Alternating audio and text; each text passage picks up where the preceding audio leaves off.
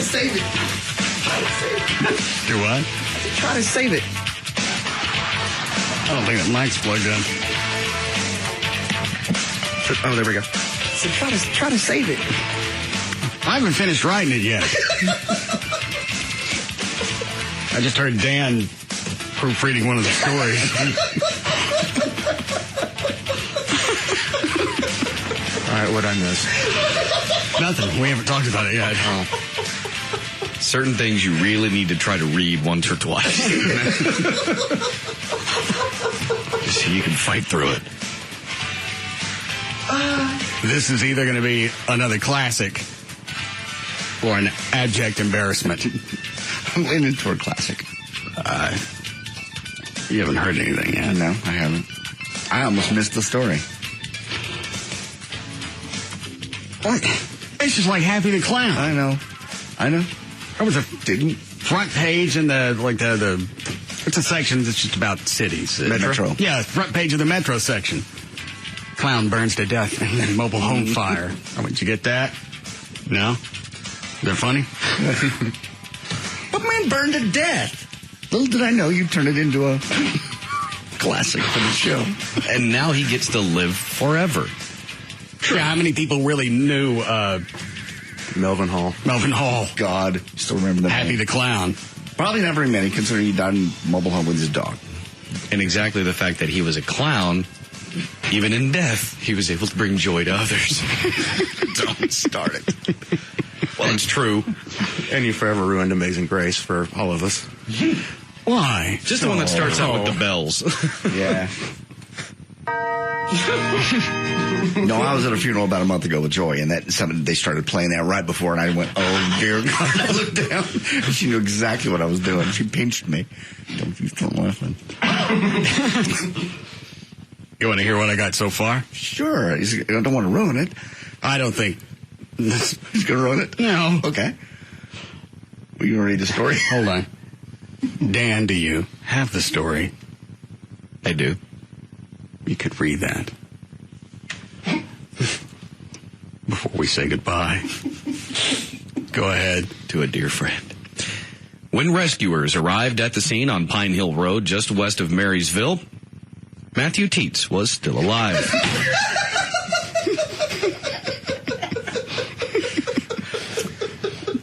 Oh, boy.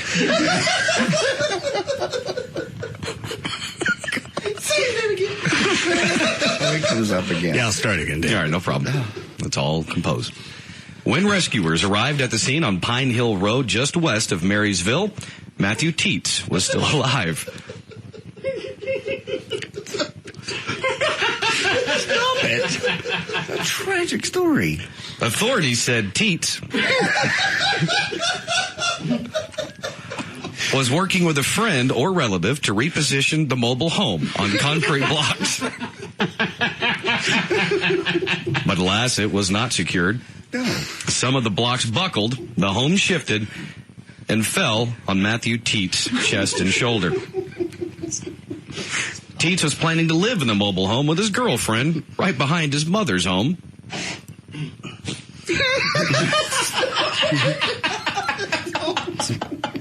The fire department said, we were talking to him the entire time we were working. In fact, we had went in and cut a hole in the bathroom near where he was so we could get down through there to communicate with him. We got the trailer secured and ready to lift the trailer, but he had already deceased. Don't. Is that all of it? 34-year-old Matthew Teets was crushed to death Tuesday afternoon after his mobile home fell on top of him.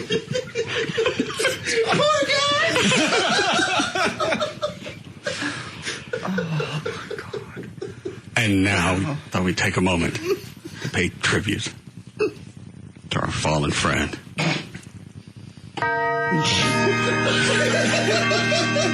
Friends and neighbors, we are here today to pay tribute to the remains of a man who gave so much to the community for many years. Can I get an amen? Amen.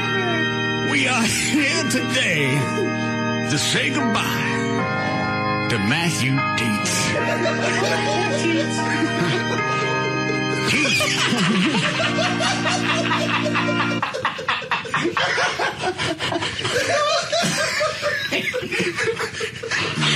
We love you, teeth. Oh, God. Can we begin again? That's right. We are here today to say goodbye to Matthew Teets.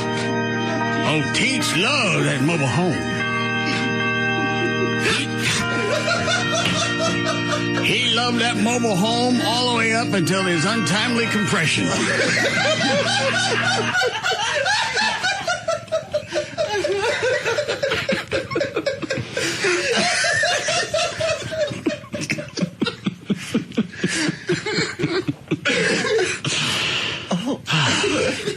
Can we begin again? Well, sure, Reverend. Loved that mobile home all the way up until his untimely compression. For you see, he was relaxing in his spacious double-wide domicile, wearing his D-cup-sized toughskins and his favorite halter top. He was enjoying an evening reading his favorite book, Moby Dick.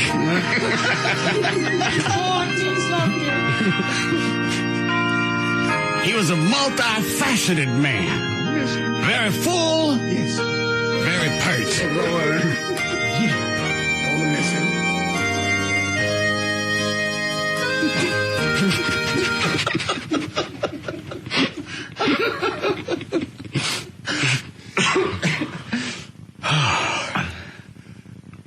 Why couldn't I sit on this until the end of the show? You can't stand it. Well, I'm not done writing it, so maybe there'll be something in the next 3 hours. Okay.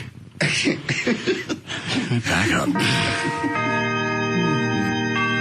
He was a multifaceted man. Very full, very pert. Until the mobile home roof collapsed and turned into two-dimensional.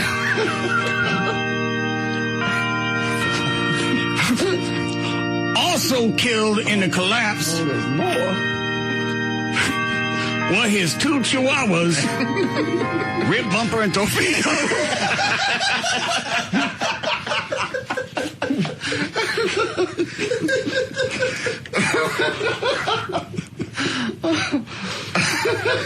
What were they again?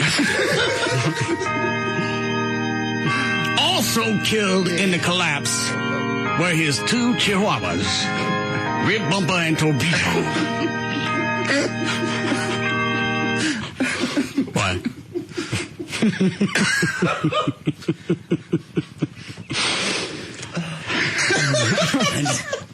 Can I continue? You can try. Torpedo? And Rib Bumper. Luckily, his girlfriend, Nipolonia, was able to escape the imploding trailer. His sister, Nene,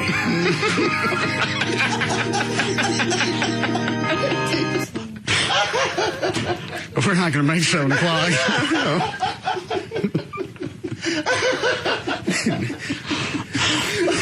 Nene teeth.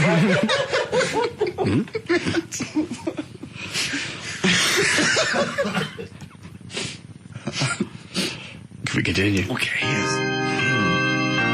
His sister Nene said the neighborhood children tried to save his life by putting duct tape over his mouth and nose and inserting a tire pump in his ass. Attempting to inflate the flattened teeth. As they'd seen many times on the Bugs Bunny Roadrunner. To their dismay, Teets did not respond. What tragedy. They then took his wafer-thin corpse to the clothesline. Hung him over clothespins, again hoping to save the saggy Teets alive. Oh, the children loved him, saggy Teets. That's as far as I got. I can't wait for the 6 o'clock hour. What is it, Alfie? Line 1. Yes, You gotta choose a different song. I gotta go to a funeral, man. I'm gonna just start laughing.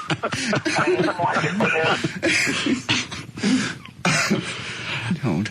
And luckily for his funeral, we were able to save a lot of space with a coffin that was 2 inches thick.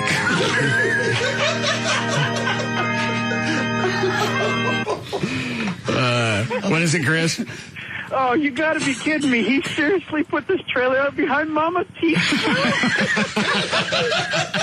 I love you guys. It's the Teats compound. I missed that. Mama Teats.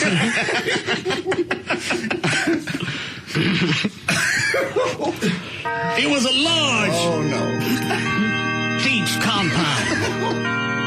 Surrounded by all his family. Everybody was His mama to the left, his sister to the right, and his retarded brother behind Teats.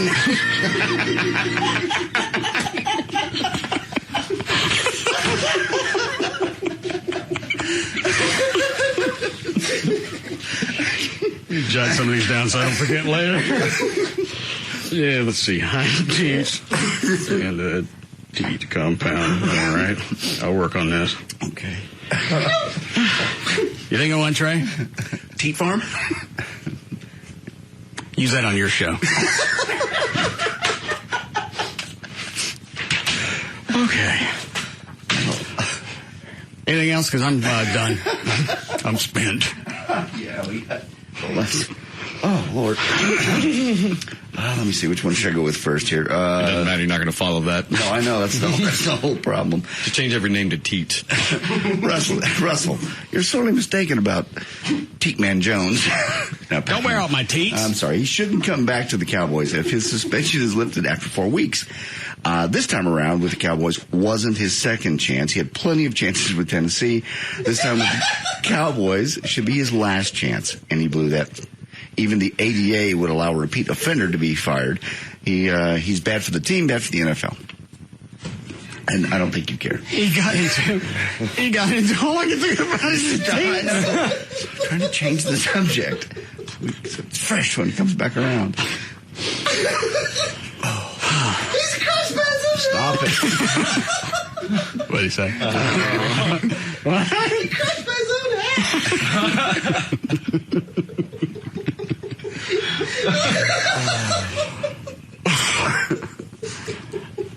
What they said you shouldn't have lined back. He's had enough chances. Well, they didn't ask me. Well, I know, but you said yesterday, well, everybody makes mistakes. It wasn't that big of a deal. It wasn't even a police report. And, you know. Okay. I think that's a valid way to go. You're not listening to me at all. He may be looking at you, but he's not hearing me at all. What'd you say to me? Something about Pac-Man Jones and his last chance. Shouldn't come back to the Cowboys is what it said. Bad for the NFL, bad for the team. Don't. Why'd I even try? He got into a scuffle with his bodyguard. Well, yeah, but look at all the trouble he's been into up till now. 13 other times he got into scuffles. It's just, eventually, that's going to be a big problem. There's going to be a time when it's not going to be just a scuffle in the bathroom with the bodyguard that's paid for by the Cowboys. What? Nothing. Why'd I even try?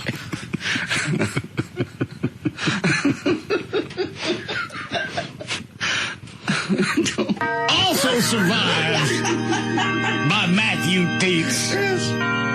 Well, he has 2 parakeets, Thelma and Louise.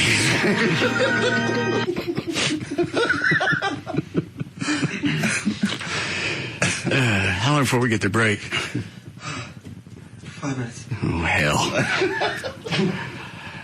It wasn't that, this issue wasn't that, the only reason it made the news is because it's Pac-Man. You're right, absolutely. There was no police report, no charges, nobody got hauled off. No. Why is anybody worried about him and his gazungas? Because obviously he's got a continuing problem with every team he's been on, and I believe that. Didn't Wade Phillips say late in the day yesterday, made some comment about his tenure was, or his time was over with the Cowboys from Wade Phillips. point of view. Right. I think it was on KLLI today. I heard Jerry Jones talk about Pac-Man going through rehab. What kind of what's the rehab? Alcohol. Okay, you do that. If he doesn't care. Rehab's not something you put somebody in and it fixes them if they don't want it. The rehab is something you have to Well, if he knows want. that he's gotten to a point, and I don't know how many times it takes for you to realize your career's going to teach up. But if he knows that especially if Goodell, the commissioner, is that right? Yes. NFL, doesn't like him. Clearly he doesn't. And he knows Jones isn't going to let him back unless he goes through rehab. Maybe that's enough to help him through this. Could Goodell keep him out, Trey, forever at this point? Just say, you know Absolutely. what? Can he really? Just say you're too much trouble for everybody. That's a little much. It seems a little too far for, as Russ said, a scuffle in the bathroom. Well, that's the problem. It's the culmination of everything. Why he got suspended for an entire season, which really was unheard of. But Goodell was tired of it, and it was made pretty clear to him, you screw up, you're out. And so, yeah, Goodell can absolutely put in a lifetime ban. He's done. Give him some other incentive, other than just getting his career back. Possibly a couple of nice Winnebagos. No. Volvos? No Volvos. Yahoos? No. Yazos? Nothing. Windshield wipers? I don't believe so. Okay. Don't do it. No, rehab's a joke. I mean, it is, if you're being forced to go, why? Well, don't they stick people in rehab a lot after an intervention? Okay, well, think of this as some type of intervention. Jones and everybody else around him said, you either go into rehab or you don't get to play football anymore. And don't they have it sometimes in criminal proceedings, like after a third or fourth, whatever it is that you've done, you can have a court-ordered rehab? Yeah, and those work about useless. They're totally useless. And it may so be useless, there's no reason to even let him go through it and see what the outcome is. You can. If you're being forced into rehab, you're going for the wrong reason. If you're going to make somebody else happy, you will fail. The failure rate is high let him go through rehab, see what the outcome is, and if he blows it again, have the police haul him off in the milk wagons. Well, maybe that'll be Goodell's call at some point. It's like, all right, you have one more chance. And it involves something very serious, not just a slap on the wrist. I'd even say 60 or 90 days in rehab versus 30. Well, and maybe that's going to be part of it. I mean, they could. Well, it could be continuing. Exactly. You don't just say you got 30 days to go through rehab. You start rehab, see what the progress is, and at the end of the month, if it looks like he's making some effort, Goodell's going to look like a real dick. Or a hind teeth. Mm-hmm. He's going to look like a real boar hog if he goes through, Pac-Man goes through rehab and they don't give him a shot. Yeah, if he goes to the trouble of going through rehab and stays there, and doctors, believe me, they've seen all the liars and all the cheaters and they'll make an honest assessment and come back and tell the NFL. He's very serious or he's walking this for y'all.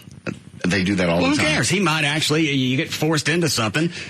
You hear all the different stories, whatever happens in rehab. I'm guessing it's a combination of drying out and sitting in AA meetings. Maybe you hear a couple of stories of people who've lost more, and he gets a perspective on things. Plus, it would also take him out of the situation to where now he's got all this free time. Because at least then he'd be in a situation where it'd be structured and he could be observed. True. Yeah. He would be away from the nightlife. That seems to be his biggest problem. You're not listening. You're not thinking about this at all. Mm-mm. I know. I can see it in your eyes. I think a lot of it will be if he goes to rehab, then he comes out. Let's say then he goes to AA meetings. I know, Trey. We're really trying hard. We're all pulling. Just wish I had more of the sermon written so we could go back to it. It'll come later. Well, I only had 10 minutes. I know. You did very well. We got 3 more hours or whatever. All right. Can we break now? Yes. Okay. Don't want to take those, Alfie? What? There's a peculiar lady on line 1. Yes, peculiar lady. Candace. Yes. What is it? I just wanted to say I'm an expert in rehab. But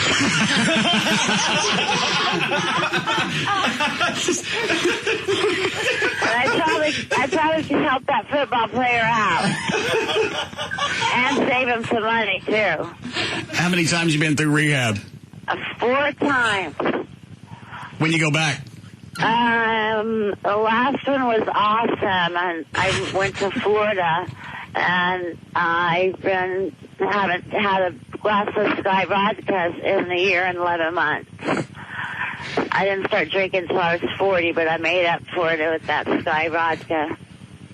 So when was the last time that you had a drink? It's been a year and 11 months. That was a stiff bitch. Good morning, world.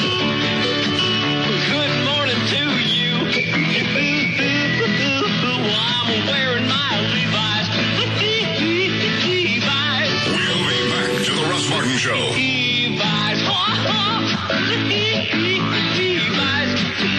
Audio stimulation. The Russ Martin Show.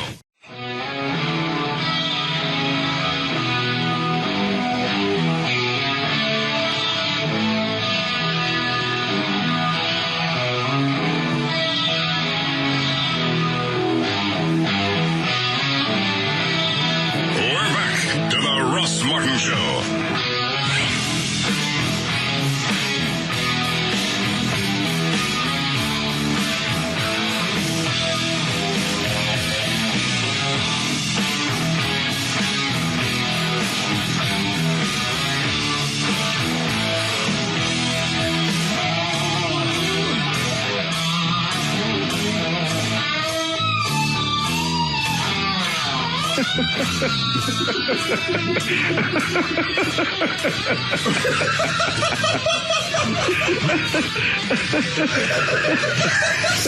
Is that going to be funny to anybody else? Maybe it was the timing. I don't know. I got 10 seconds left on the bumper. Trey decides he's going to start one of his stories. Hey, this funny thing happened to me today. Oh, yeah, okay, thanks. It'll take a while to tell you. Anyway, so I was driving down the road. Yeah, but then he stopped. What? But then he stopped. You said, oh, yeah, so I went to the gas station today. Well, that's when I shut my headphones on. I went, okay, thanks, great story. But you stood and looked at him for like 10 seconds. You're just waiting for something, and he locked up. Well, yeah, I knew this. There wasn't going to be enough time left to get to the gas station today. You want to tell the story before or after traffic? After. Oh, you torturous bastard. Oh, wow. Go ahead, Dan. All right, traffic right now brought to us by Trey Story and also by Toyota of Richardson and Texas Motor Speedway. Right now in Dallas, 35 southbound at Colorado Boulevard, you have an accident on the right shoulder. And that has everyone backing up all the way to Motor Street. Also, Dallas 30 westbound. The westbound ramp to 35 northbound ramp, there's an accident there, and that has everyone backed up to 2nd Avenue. Hang on, man, I'm almost done. We can hear Trey's story. Shut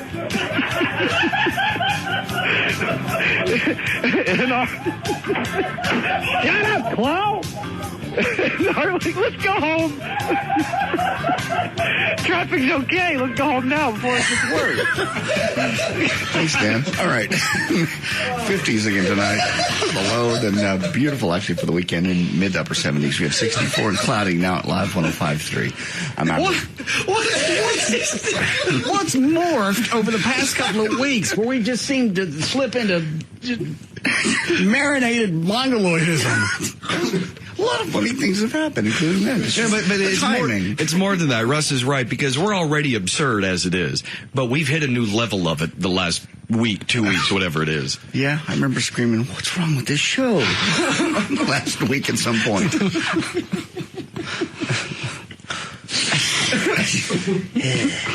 And Dan's right. Trey starts his story. All right. Bumper's running out. Here it comes. I stopped by the gas station today and... Oh, hell. All right.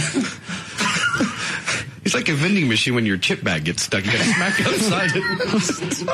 I can see the story hanging in there. I even get my hand up in his mouth. Whew. We're all sitting on pricklies. Better be a good one. It's not. That's why I pause as I'm going, I'm going to get the... Oh, great story. Tell it again. Yeah. Do you like music? Would that help? It's just not that interesting of a story. Well, you let us decide, and then you can suffer.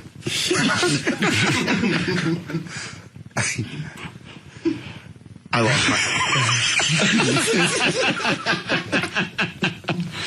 You lost your virginity? driver's license. Oh. What was the game? Doesn't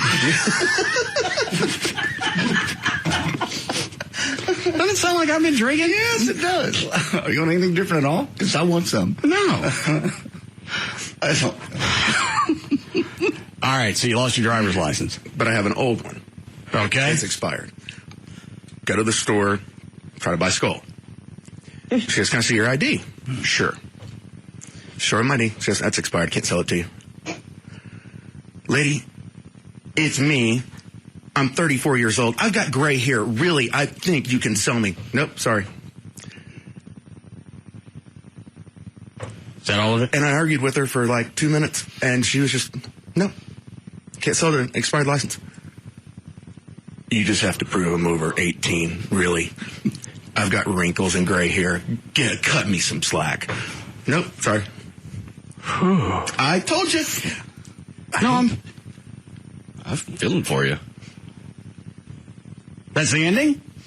Yeah, she wouldn't sell me snuff. Pissed me off. Hate movies like that. God. Roll the credits. Let's get out of here. These damn cliffhangers. There's not any more? No. You taunting us? Dragging us along. I nearly was one of those screaming guys in the store because I got so pissed off, but finally I just walked out. We got rolls of Skull in here. I know, but it was one of those buy two, you get $3 off. I was all excited. Didn't have any mint. Wanted mint. Can't get it. I'll follow Trey's fantastic story up with one of my own. Oh, okay. I went to the bank. I was trying to make a deposit and get like $50 back. Sure. Easy. And my driver's license had expired. They wouldn't give me my own $50 out of the deposit because the ID, so you can get money back from a deposit, wasn't any good. You're kidding. Now that's ridiculous. The Skull I can see because that could have been a cop. You could have been a cop. I mean, maybe they're just checking. Well, again, but it's this still is a bank. It's still a Texas ID. It's still issued by a governmental agency.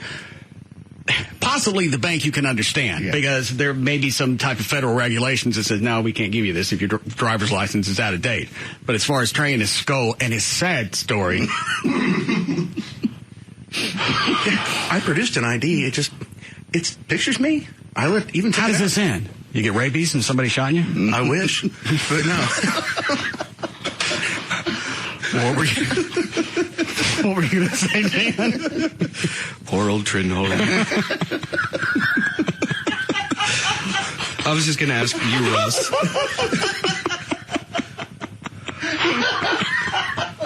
I am so close to going to get best of. Yeah, we should have just cut and run about 3:38. No. I was just going to ask you, Russ, with the bank thing, were you in the lobby, so you're face-to-face, or are you at the drive-thru? I was at the drive-thru. All right. Part of me can kind of understand that. Well, of course you understand because they always give the drive-thru. What? Yes. Okay. I can just see where they're coming from, because technically, even though it sucks and you're you, they're technically protecting you. Well, I had already convinced myself I knew I was me. Pretty damn sure. Well, obviously I'm not who I am because it expired 2 years ago. What will I do now? But you're kind enough to put a bunch of money into that guy's account. That was it. It was maybe like a $3,000 deposit. All I wanted was $50 back. All right. And okay, yeah. I would be glad to take your money, but no, none of it back. None for you. You don't even look like that person. It's me. Then I got rabies and they shot me. Poor old Russ. Old fella. I know. Ready to go, Dan?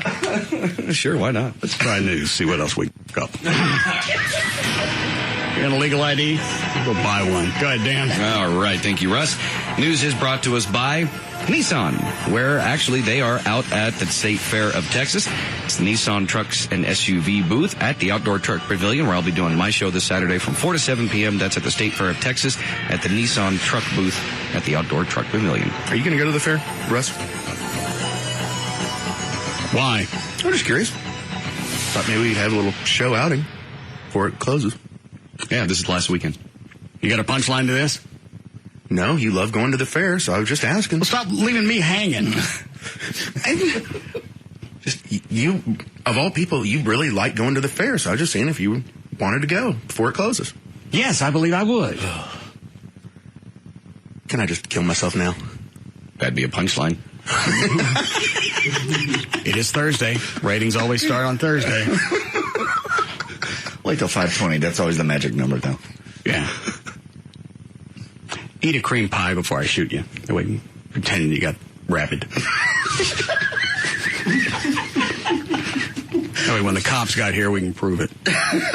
Look at him. He started foaming and running around, trying to eat his own Peter. Must be like a dinky Twinkie to me, sir. Well, we thought it was rabies. He said it wasn't. You know how people lie when they get rabid. People do anything to get out of being shot.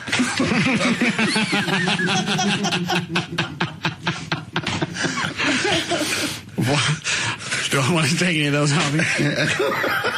There's another interesting story on line 1. To be able to use that term, that meant there was an interesting story that preceded it.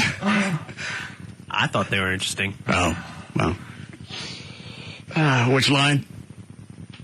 Line 1. All right, thank you. Yes, Chris. Hey, Russ, Grand Dragon. I was in a place and they actually ran me out of the store because my ID was expired. What were you trying to buy? Just some Crown Royal.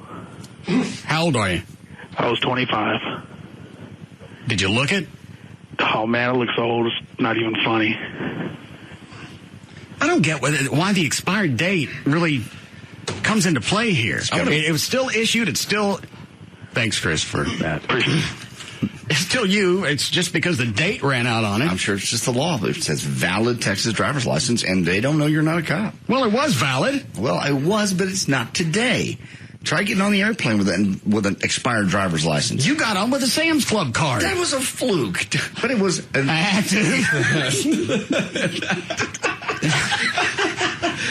How long after 9/11? The first one. Yeah, the big one. 3 weeks. Less than 3 weeks. And I thought I was screwed. I thought because this was a Sunday. And security had already dropped to that point? We'd already, been all airplanes out of the air for however long it was, 5-7 days, whatever. I get out there, and hours before I'm getting on the plane, I don't have my license. I went, there's no way.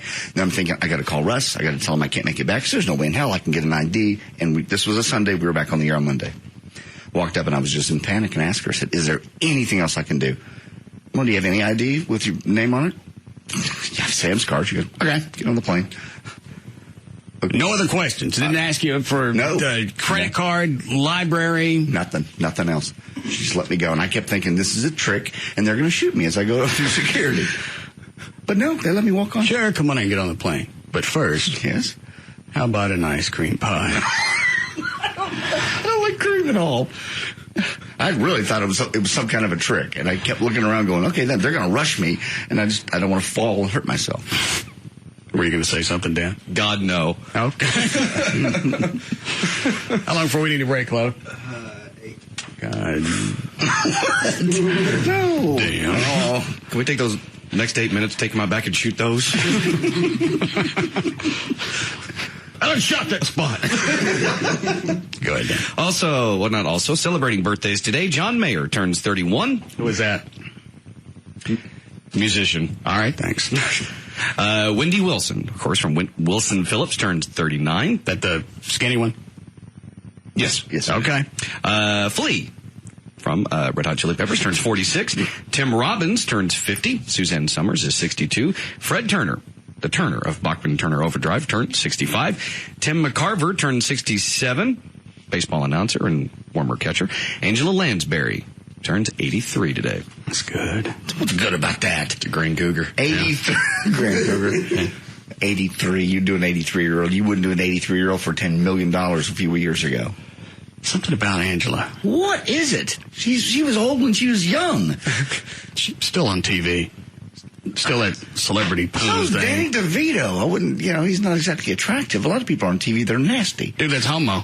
That's not. It's just saying people that are on TV are attractive. You couldn't bring up an ugly chick? I can't think of anybody that's a chick that's short like Danny DeVito. Rhea Palmer, his wife? Yeah, Danny DeVito's wife. Yes, her. I'd screw her.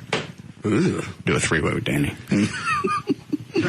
As long as he talks like Sean Connery, I know. Stop. Just stop.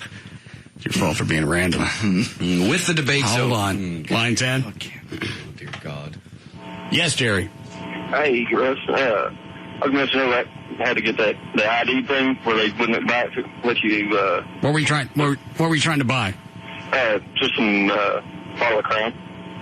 Is the same guy from earlier? No. All right, go ahead. My license expired and they wouldn't let me buy it. But I have a Texas offender ID card. Oh God!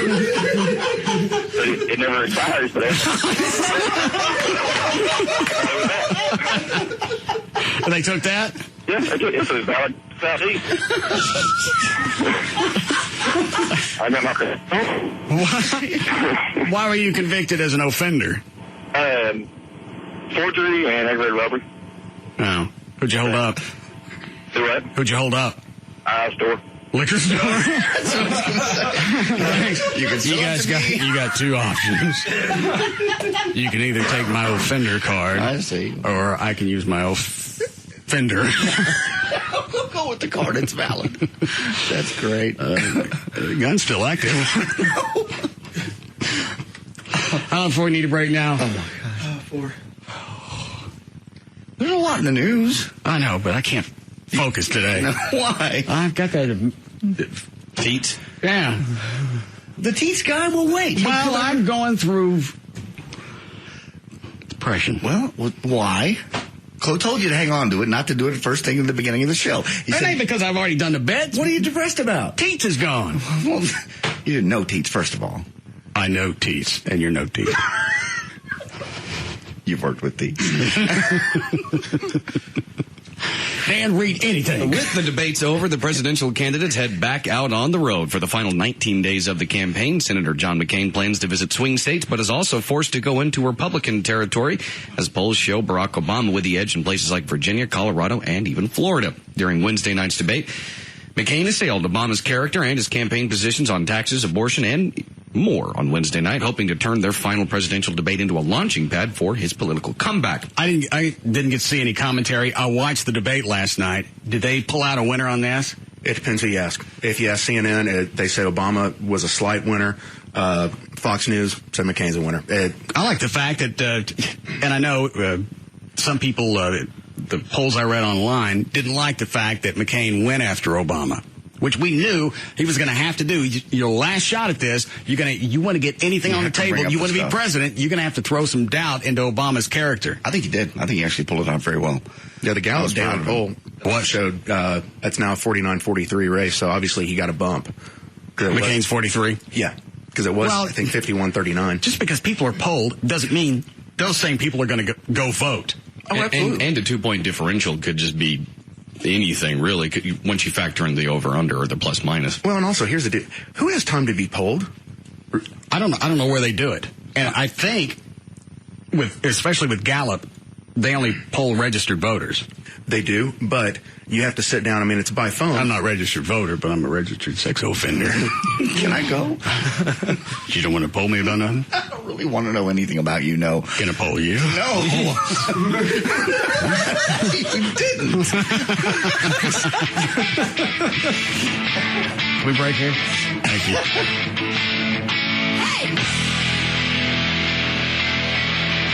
We'll be back to the Russ Martin Show.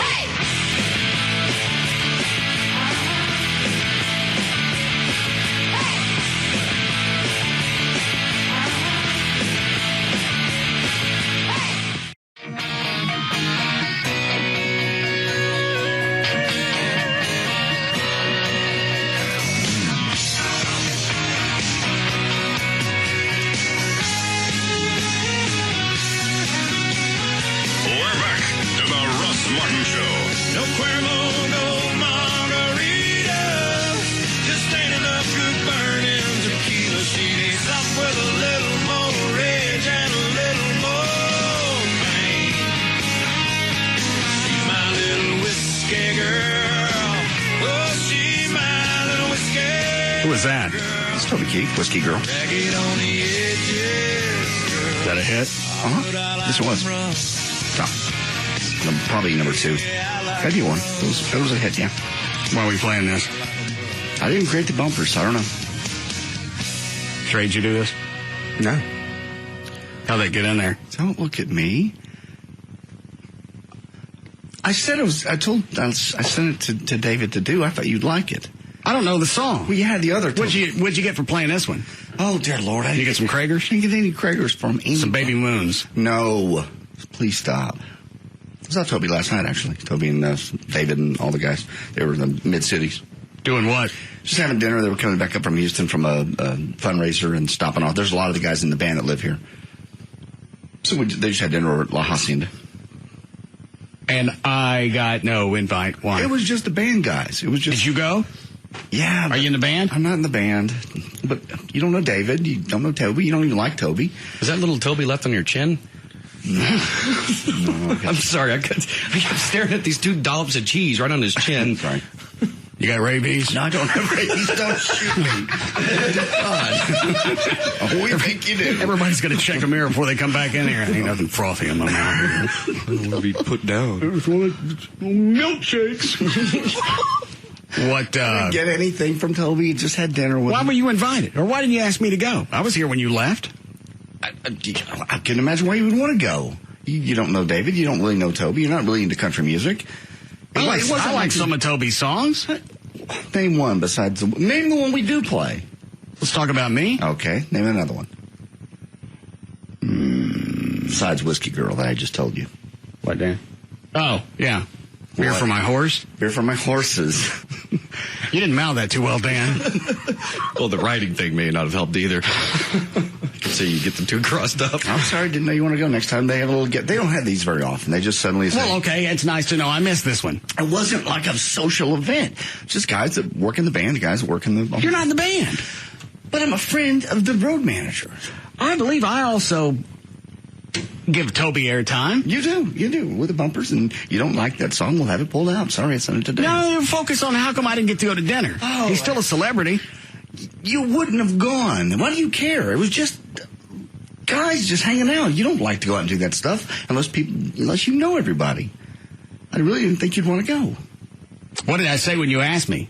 I didn't ask you. Exactly. Well, maybe, I was asked. I can't just go, hey, can I bring 7 or 8 other people? I was just asking. What did David, the road manager, say when you said, do you mind if I bring Russ? He probably would have said, okay. But what did he say when you asked him? I didn't ask him. Exactly. God. Next time they're in town, you can come. So they hang out. Well, if I got to beg my way in, it's not someplace that I want to go to. I just didn't think you had any interest whatsoever in going. You don't. I was in the studio dicking around. I had no place to go, anything to do. My night was a complete void. Oh, please. It never is. You always play your guitar in here, and then you're going to beat those damn drums in my office.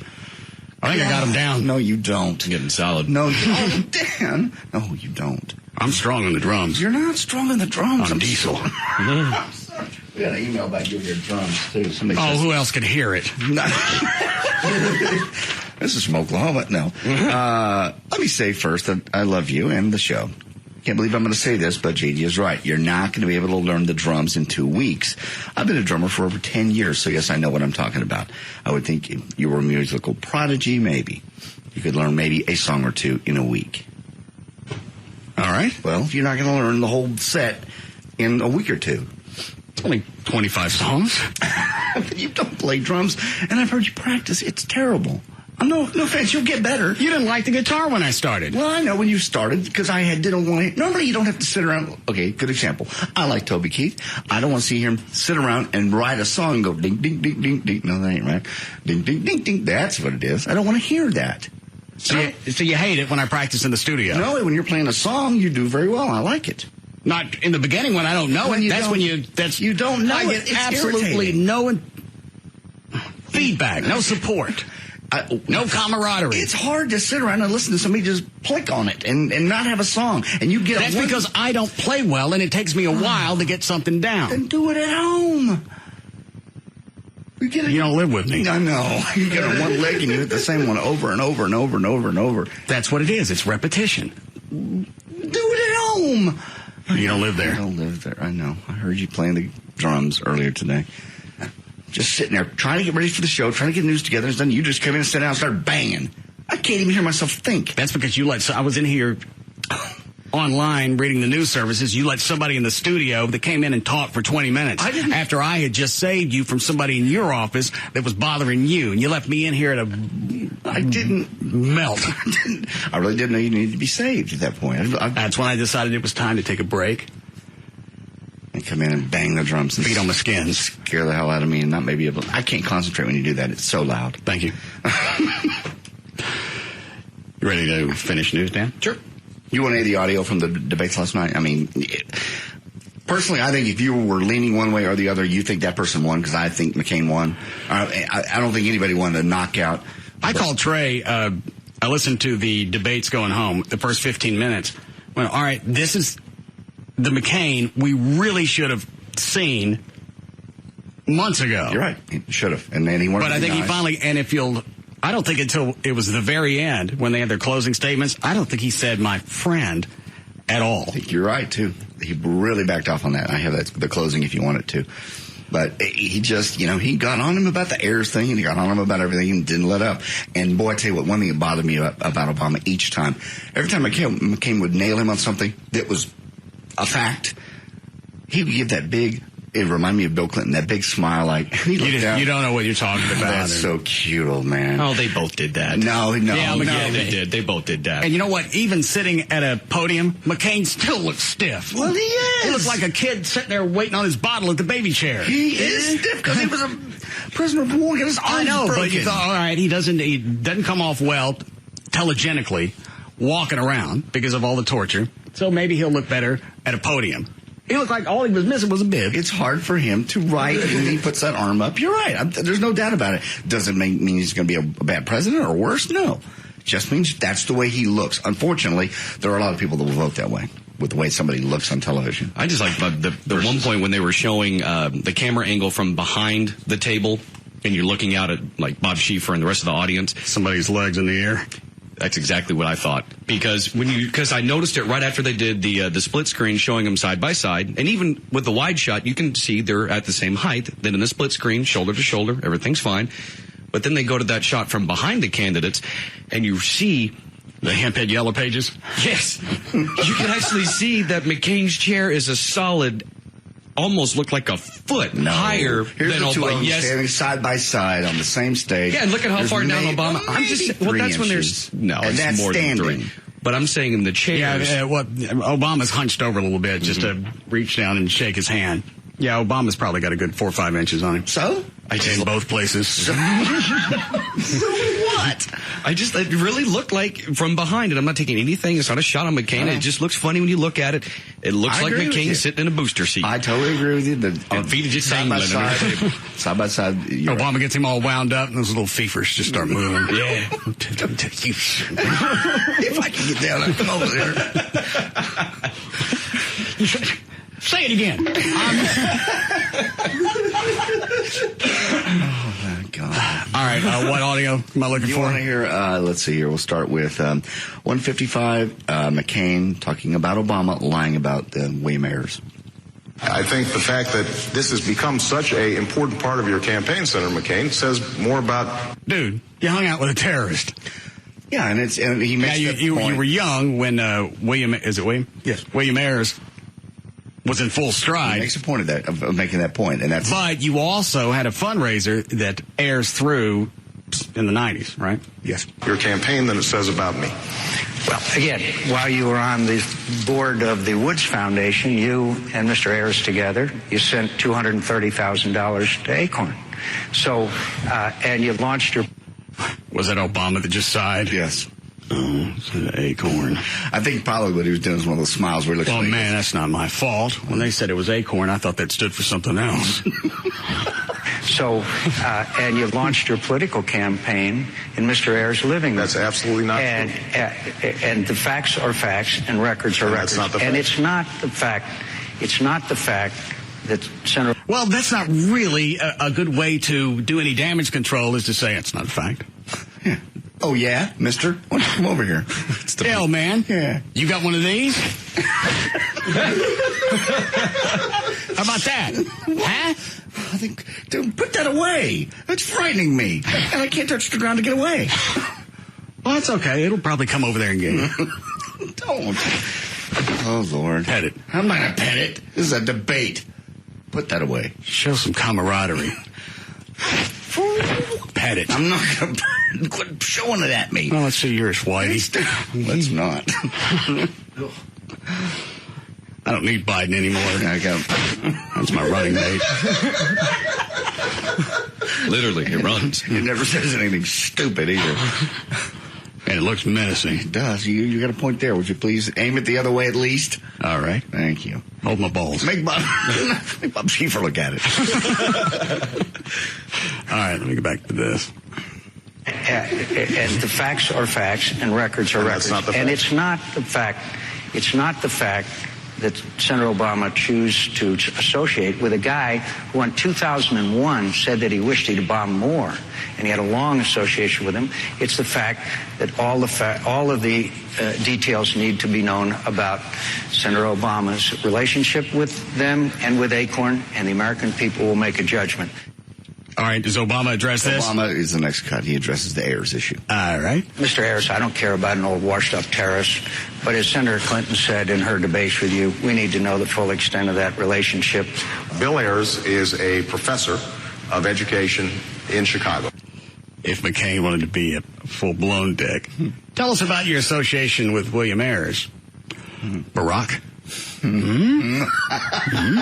What is that for, old man? Get off me. 40 years ago, when I was 8 years old, he engaged in despicable acts with a radical domestic group. I have roundly condemned those acts. 10 years ago, he served and I served on a school reform board that was funded by one of... I don't remember this part. Does Obama address the fundraiser? I don't think so. All right. Ronald Reagan's former ambassadors and close friends, Mr. Annenberg. Other members on that board were the presidents of the University of Illinois, the president of Northwestern University, who happens to be a Republican, president of the Chicago Tribune, a Republican-leaning newspaper. Mr. Ayers is not involved in my campaign. He has never been involved in this campaign. And he will not advise me in the White House. All right, my friend, let me ask you this. What about this picture of you and William Ayers at SeaWorld strangling a seal? Is that you? Yeah, well, that's looks a little bit like me, but that seal had it coming. All right, you got any more clips? Yeah. Obama sets straight Acorn? Yes. Talks about the We need to know the full extent of Senator Obama's relationship with Acorn, who is now on the verge of maybe perpetrating one of the greatest frauds in voter history in this country, maybe destroying the fabric of democracy. Now, with respect to... That was it. He hit him with a whip? No. It was just an audio edit that they threw a little sound effect in. Did you throw that in? I swear to God. I didn't. No. John. I didn't do that. I know that's the way it came. I swear. Let me hear that again. In this country, maybe destroying the fabric of democracy. Now, with respect to Acorn, Acorn is a... Visually, you can see Obama duck down. That old man's fast. Man, that's rude. Democracy. Now, with respect to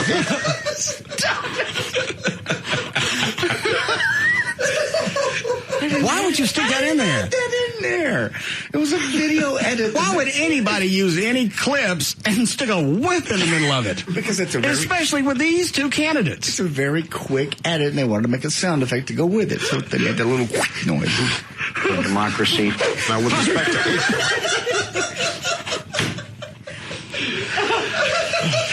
Man, that's jacked up. I wouldn't do that. Have you just abandoned saying anything racial, and now you've gone to foleying it in? No. This is supposed to be about the democratic process. You got to whoosh in the middle of it. I didn't put a whip nose in there. destroying a fabric of democracy. Now, with respect to Acorn is a community... Miss me. Fabric of democracy. Now, with respect to Acorn is a community organization. Well, whack a candidate. We're never going to be able to hear this clip because no one can get past that now. Is there another video edit in this? No, I believe this is it. That was the only one. Oh. Apparently what they've done is they were paying people to go out and register folks. And apparently some of the people who were out there didn't really register people. They just filled out a bunch of names. Had nothing to do with us. We were not involved. The only involvement I've had... What? That was you. I didn't pull any of this audio. The first whip was me, but the second one was Are you Are you stupid? I didn't do it. I meant that was my fault for leaving that in there. I didn't do that one. I did the first one. God. Audio for this show. Destroying a fabric of democracy. Now, with respect to Acorn is a community organization. Apparently what they've done is they were paying people to go out and register folks. And apparently some of the people who were out there didn't really register. My friends, that's what we need in the White House. What? Is Zorro. No. I'm a renegade. I'm a rebel. Yes. I am Zorro. Acorn is a community organization. Fabric of democracy. Now, with respect to Acorn is a community organization. Apparently what they've done is they were paying people to go out and register folks. And apparently some of the people who were out there didn't really register people. They just filled out a bunch of names. Had nothing to do with us. We were not involved. The only involvement I've had with Acorn was I represented them alongside the U.S. Justice Department in making Illinois implement a motor voter law that helped people get registered at DMVs. Quit. And gave them $200,000. $800. He really gave him money? Yeah, his campaign in 2007 gave him $816,000. Oh, just funny. No. That was one of the fact checkers. As soon as it was over, everybody goes, well, first of all, that's completely inaccurate. I just... Did you guys pull that list of fact checks? I think CBS News did. There's a couple different ones I did not. Yeah, I've got, but I don't remember the Acorn thing as far as how much they gave. Well, just being in this. Give me the topic, and I'll let you know if I want to hear the explanation. Joe the plumber, what would he pay? What would he pay? It says, what would Joe pay? Because that was Joe's question to Obama as far as his taxes under Obama's plan. All right, read that one. To be clear, on Joe Wurzelbacher, the plumber from Ohio, he would not be fined by Obama for not providing health care to workers. Obama says he will exempt small businesses. That said, he has not defined what a small business is. Obama has also promised a small tax credit to help offset small business health care costs. What does that mean? I don't. That has nothing to do with the question Joe asked Obama.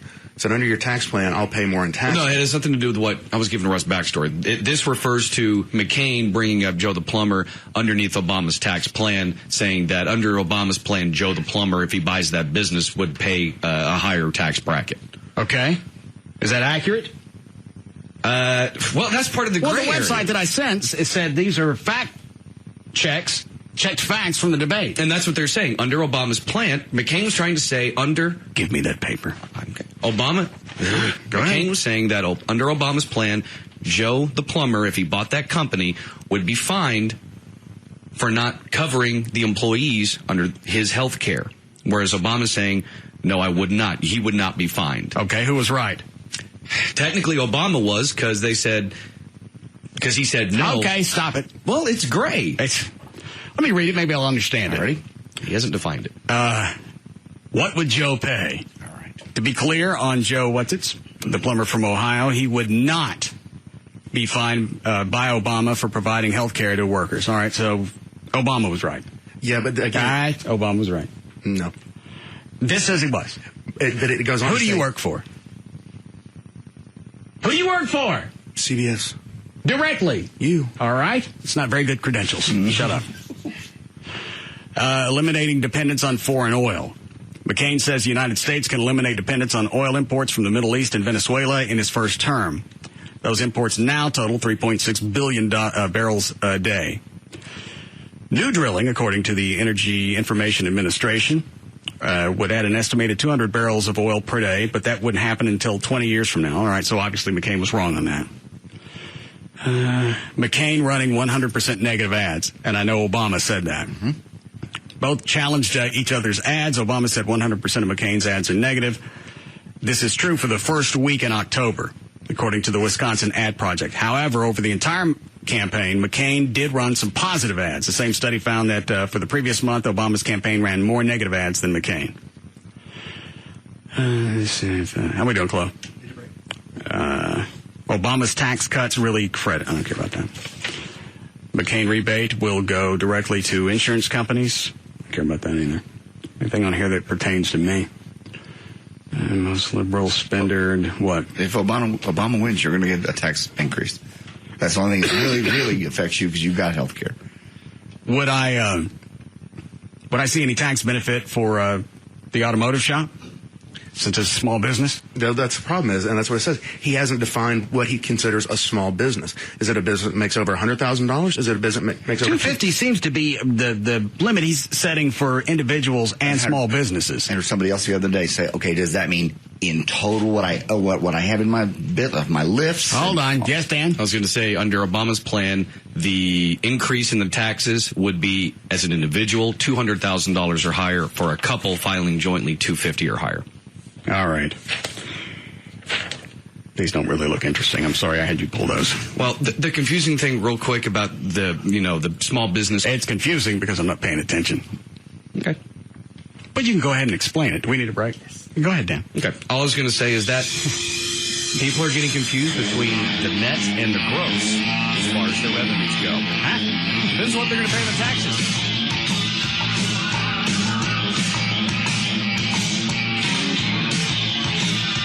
We'll be back to the Russ Martin Show.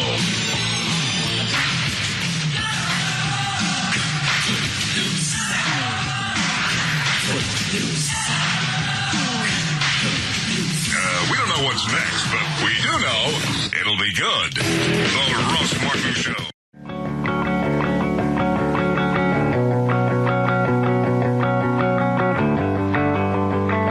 We're back to the Russ Martin Show.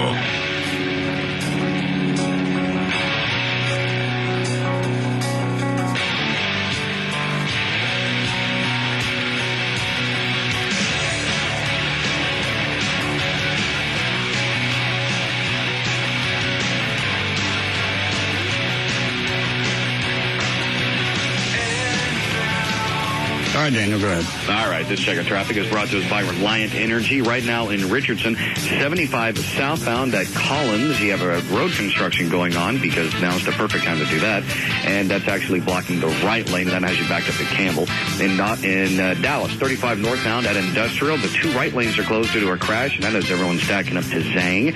Also, Dallas, 635 eastbound at 35. You have an accident in the carpool lane, and that has everyone just backing up just a little bit right now back to Reno Road. There's your check of traffic. I'm Dan O'Malley on the Russ Martin Show. Hey, Daniel. All right, cool again tonight. Very fallish. 55 for the overnight low. Then mid-70s tomorrow. We are at 65 now at Live 105.3. All right. Anything left from the debate that we didn't get around to? Audio-wise, it really wasn't that exciting. McCain basically at one point telling Obama, look, if you wanted to, I'm not Bush. Basically, I'm sorry. No, 161. No, that's very insightful. Thank you. Senator Obama, I am not President Bush. Mm-hmm. If you wanted to run against President Bush, you should have run 4 years ago. If I occasionally mistaken. It's the way they transition in this particular video. They who? The people that put the video together. And it's a jump edit, and so they make that little swoosh noise. We used to do them in the TV show. We call them what? Nobody knows what you're talking about, and don't pull me into your... I was going to explain it. Sometimes when you're shooting video and it edits, you have an odd edit, you make a little noise or some kind of transition to make it look natural versus like you just slam them together. So you run it, slam them together? No, you don't. You make a little... Trey, do you even know what he's talking about? I don't have a clue. It's an editing sound. That's all. You hear it.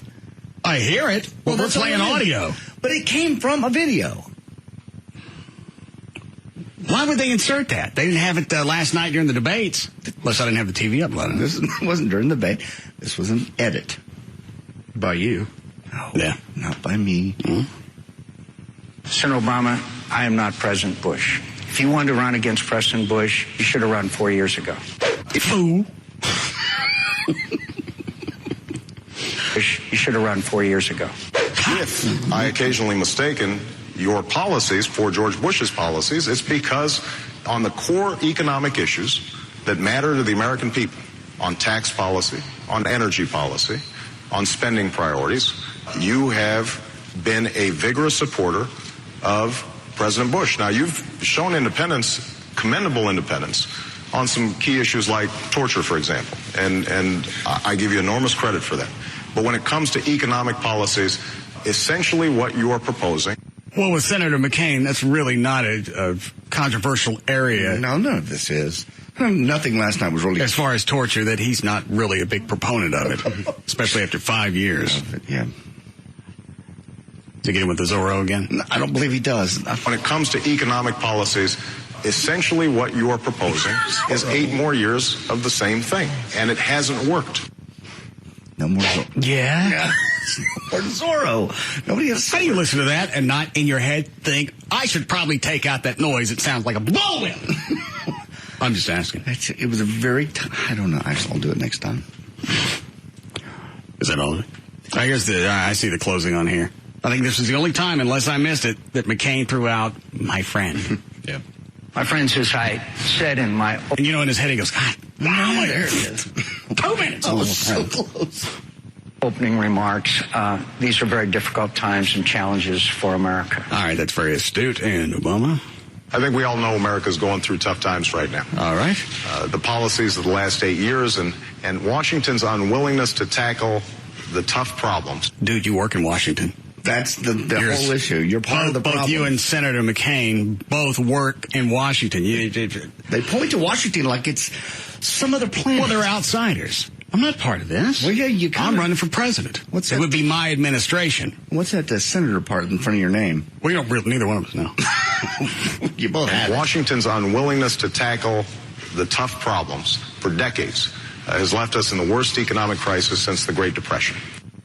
Both of you buffoons are part of this. It's not just George Bush or McCain, Obama, any of the other senators, and mostly Hillary. It's not one single person. This, to get us into this big of a cluster F, has been one splendid group effort. I agree. And I wish somebody would say, I'd have a lot more respect if somebody would have come out and said that. You know what? This is not a partisan issue. They actually said that, I think, in the last debate between the two of them in the town hall thing, that they both alluded to it, McCain and Obama both. But for whatever reason, they left it out on this one because they've been so busy pointing fingers at each other back and forth, they forgot. What's Washington? This is a Washington issue. We've been trying to tell them. I never go there. But yeah, I think at one point McCain jumped on Obama's attendance record, or voting for something and he wasn't there. That one of them? Okay. Yeah? Yeah? I don't want to explain it. Well, give me the Clo version.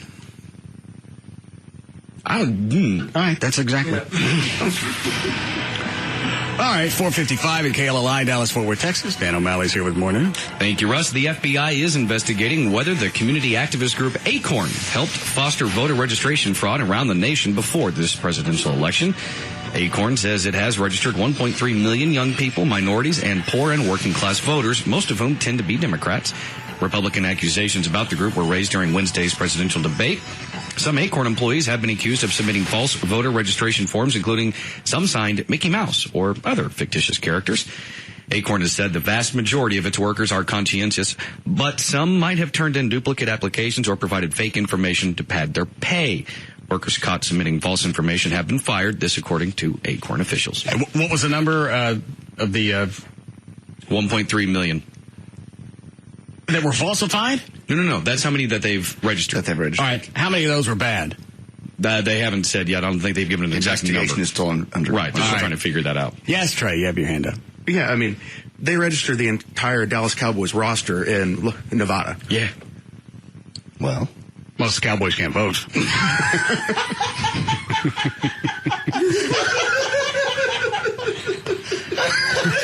Yeah, that would be a glaring issue.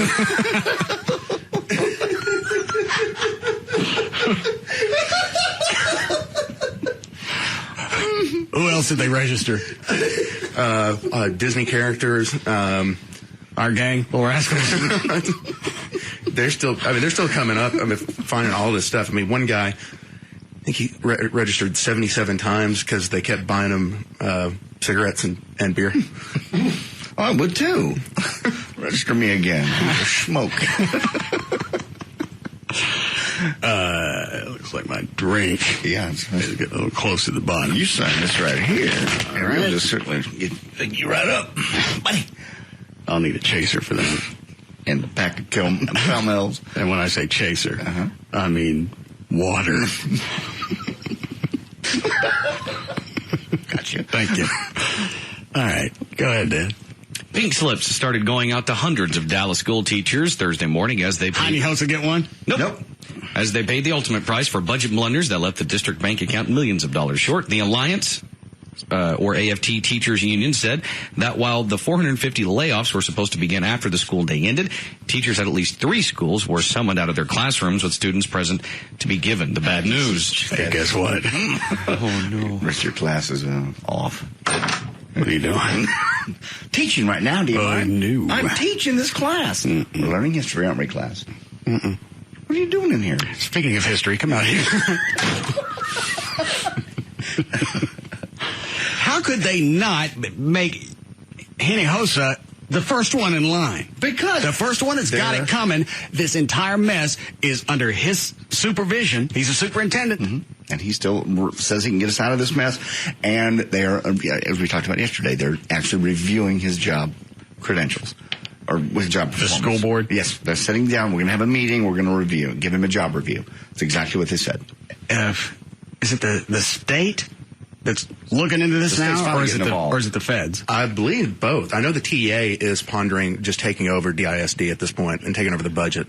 Because, obviously everyone's scratching their head going, how'd this happen? Because, the numbers, there's another part of this no one's figuring out of where this, how you get $65 million, because even if you budget for the teachers, that still only comes up to about $30 million. There's another $35 million that everyone's going, what happened? They haven't said what it was allocated for? No, they're still... Well, how do you, if you don't have it allocated for anything, how do you know you're $30 million short? That doesn't make any sense at all. It's going to be... Well, hang on. Trey's going to tell us what he means. Okay. Go ahead.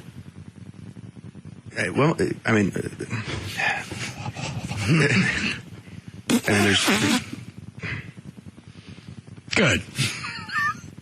I love feeling educated. Terminated teachers were instructed to bring their paperwork to union headquarters to review the cause of each dismissal. In addition to the teachers losing their jobs, another 350, at least losing their jobs today, another 350 are being transitioned from one school to another. And it's also magnanimous that the school district, after popping these teachers, is setting up a job fair. I think it's next week or a couple of weeks out. Mm-hmm. Well, they're trying to help. They can't go back. A job fair to go where? Well, some of them actually, like I said, there was the guys in Vegas, the police department out there looking for people. I know you're a teacher. I know that's what you want to do. But this is mid-school year. There aren't very many positions open. Find something you can do between now and next year and apply somewhere else. That's all you can do. At least go ahead and pop Hinojosa and take that $300,000 and just give them something. That would calm a few people down, you think. Split part of it up between those. No, give it to all of them that got popped. At least you got something to live on for a short period of time. That's what they should do. Again, why he's still there. That would calm everybody down if they popped him. It would calm at least the teachers couldn't point and go, why is he still here? Hold on. Line 2. How are we doing, Chloe? Yes, Michael. Yeah, my sister got fired today, and they were doing the math, and for the number of teachers that they said they hired only came up to $37 million out of the 65. Which is what Trey said. Yes. What was any of this the shortfall? Any of the credit card? Not the credit card. Debit card scandal from last year. A lot of the debit card scandal hadn't been taken care of. They haven't done the full audit. Isn't even out yet. Nobody. Where are you finding the audit that was out there? Nobody knows where that audit is. So they're not even sure if the scandal with all the debit cards and the abuse was limited to $45 million. Apparently not yet. All right, thanks. So Anna Hinojosa, when that came around, said, yeah, well, obviously, this is something that we're going to change. We're going to change this policy. Why you got to wait until you've lost $45 million to look into something? We talked about this. You work for CBS? When that first happened. Find out who was supposed to be watching that particular computer or paperwork or whatever. And this is odd about the other $30 million or whatever it is. There's got to be a piece of paper somewhere that says this is where that money was supposed to go. Possibly. Part of that's got to be that they never came up with a $45 million from the debit cards, so this has got to be a piece of that. We got to pay it back, so we got to roll it into the budget. Roll it into the budget, but don't. No, they're going to have to. All that money was already spent. You want the feds just to take over at this point, because nobody's going to have any ounce of credibility that steps in that position. Give it to a 5th grade math class. They could have done a better job. That'd actually be pretty funny. In Plano. In Russ Dallas. Yeah. It's the same guy. We already know the educators and what they're capable of. Just go to South Lake Carroll, do something like that. Go to special ed. No. You lost $85 million. Right. How much worse could you do it? You're right. How much worse could it be? Are we doing, Cliff? Dan, would you like to read the mobile home story again? Oh, I can certainly do that if you like. I thought you were going to wait. He has waited. I mean, it's been a couple of hours. Well, I know it has. I can't wait till 6:30.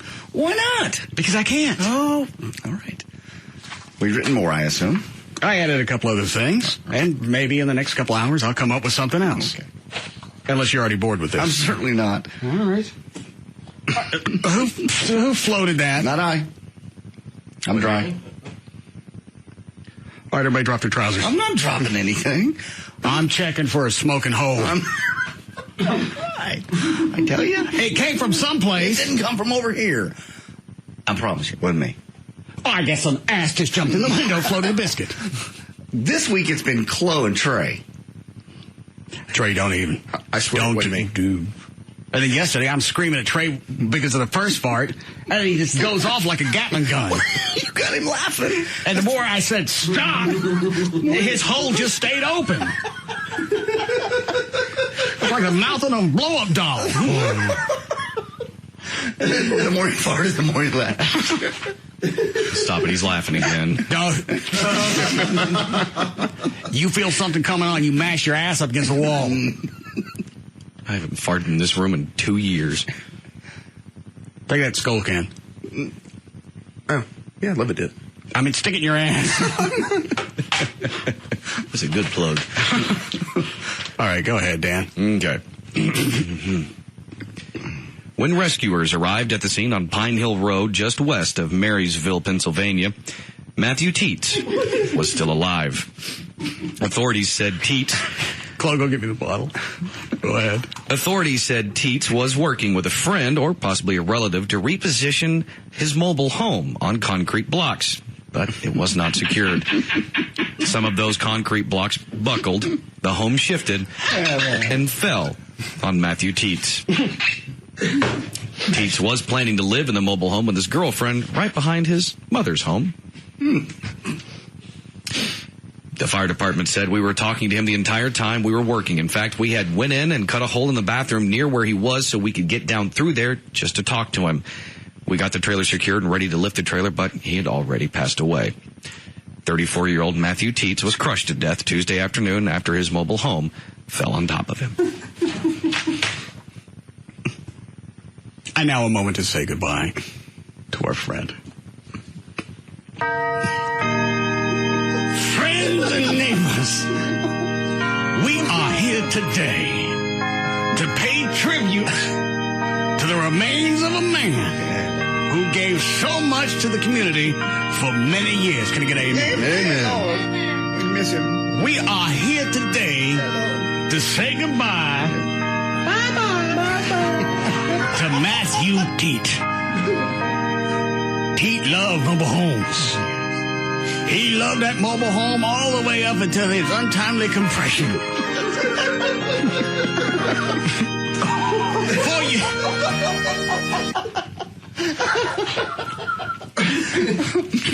I'm sorry. For you see, he was relaxing in his spacious double-wide domicile, wearing his D-cup toughskins at his halter top, enjoying an evening reading his favorite book, Moby Dick.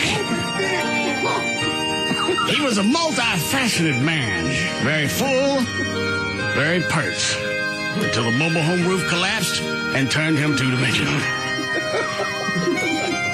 Also killed in the collapse were his two chihuahuas, Rip Bumper and Torpedo. Oh, I love those chihuahuas. Who was that? I think it was Dan. Oh, okay. Yeah. Also lost in the collapse was his prized parakeet, Titty Bird.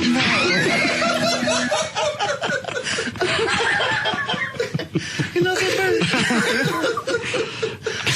A prize parakeet? Titty Bird. Can we begin again? We should. Thank you, Reverend. Luckily, his girlfriend, Nipolonia, was able to escape the imploding trailer. Oh, thank God. Good news. She said after the fireman tried unsuccessfully to suck teeth out of his home, they finally freed his body by spinning it in circles over and over, a procedure the firefighters now call the Matthew Titty Twister.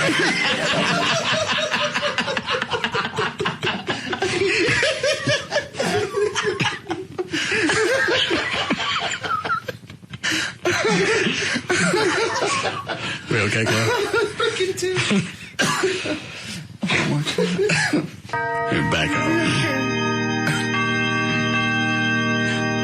She said after the fireman tried to unsuccessfully suck teeth out of his home, they finally freed his body by spinning it in circles over and over, a procedure they now call the Matthew Titty Twister.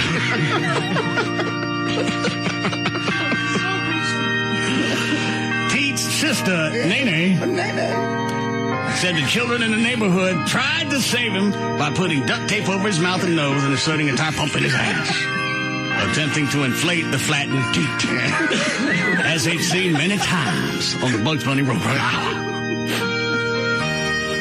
To the children's dismay, Teats did not respond. They then took his wafer-thin corpse, hung it on the clothesline out back, again hoping to save Saggy Tit's life.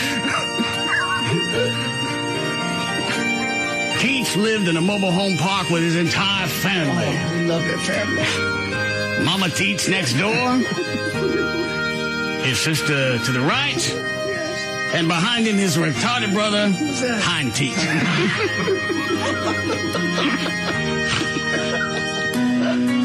We'd also like to take a moment now at this service What? to thank Hobby Lobby.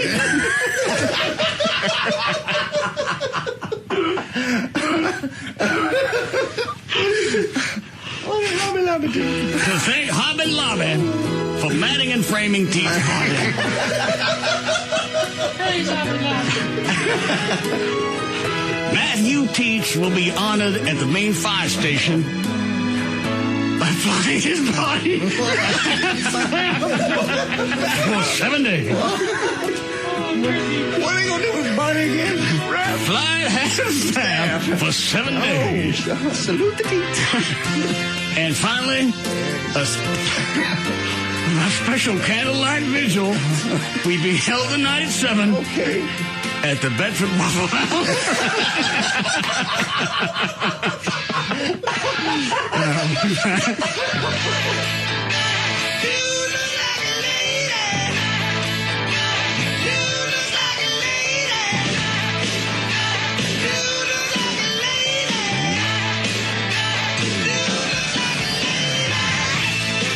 We'll be back The Russ Martin Show.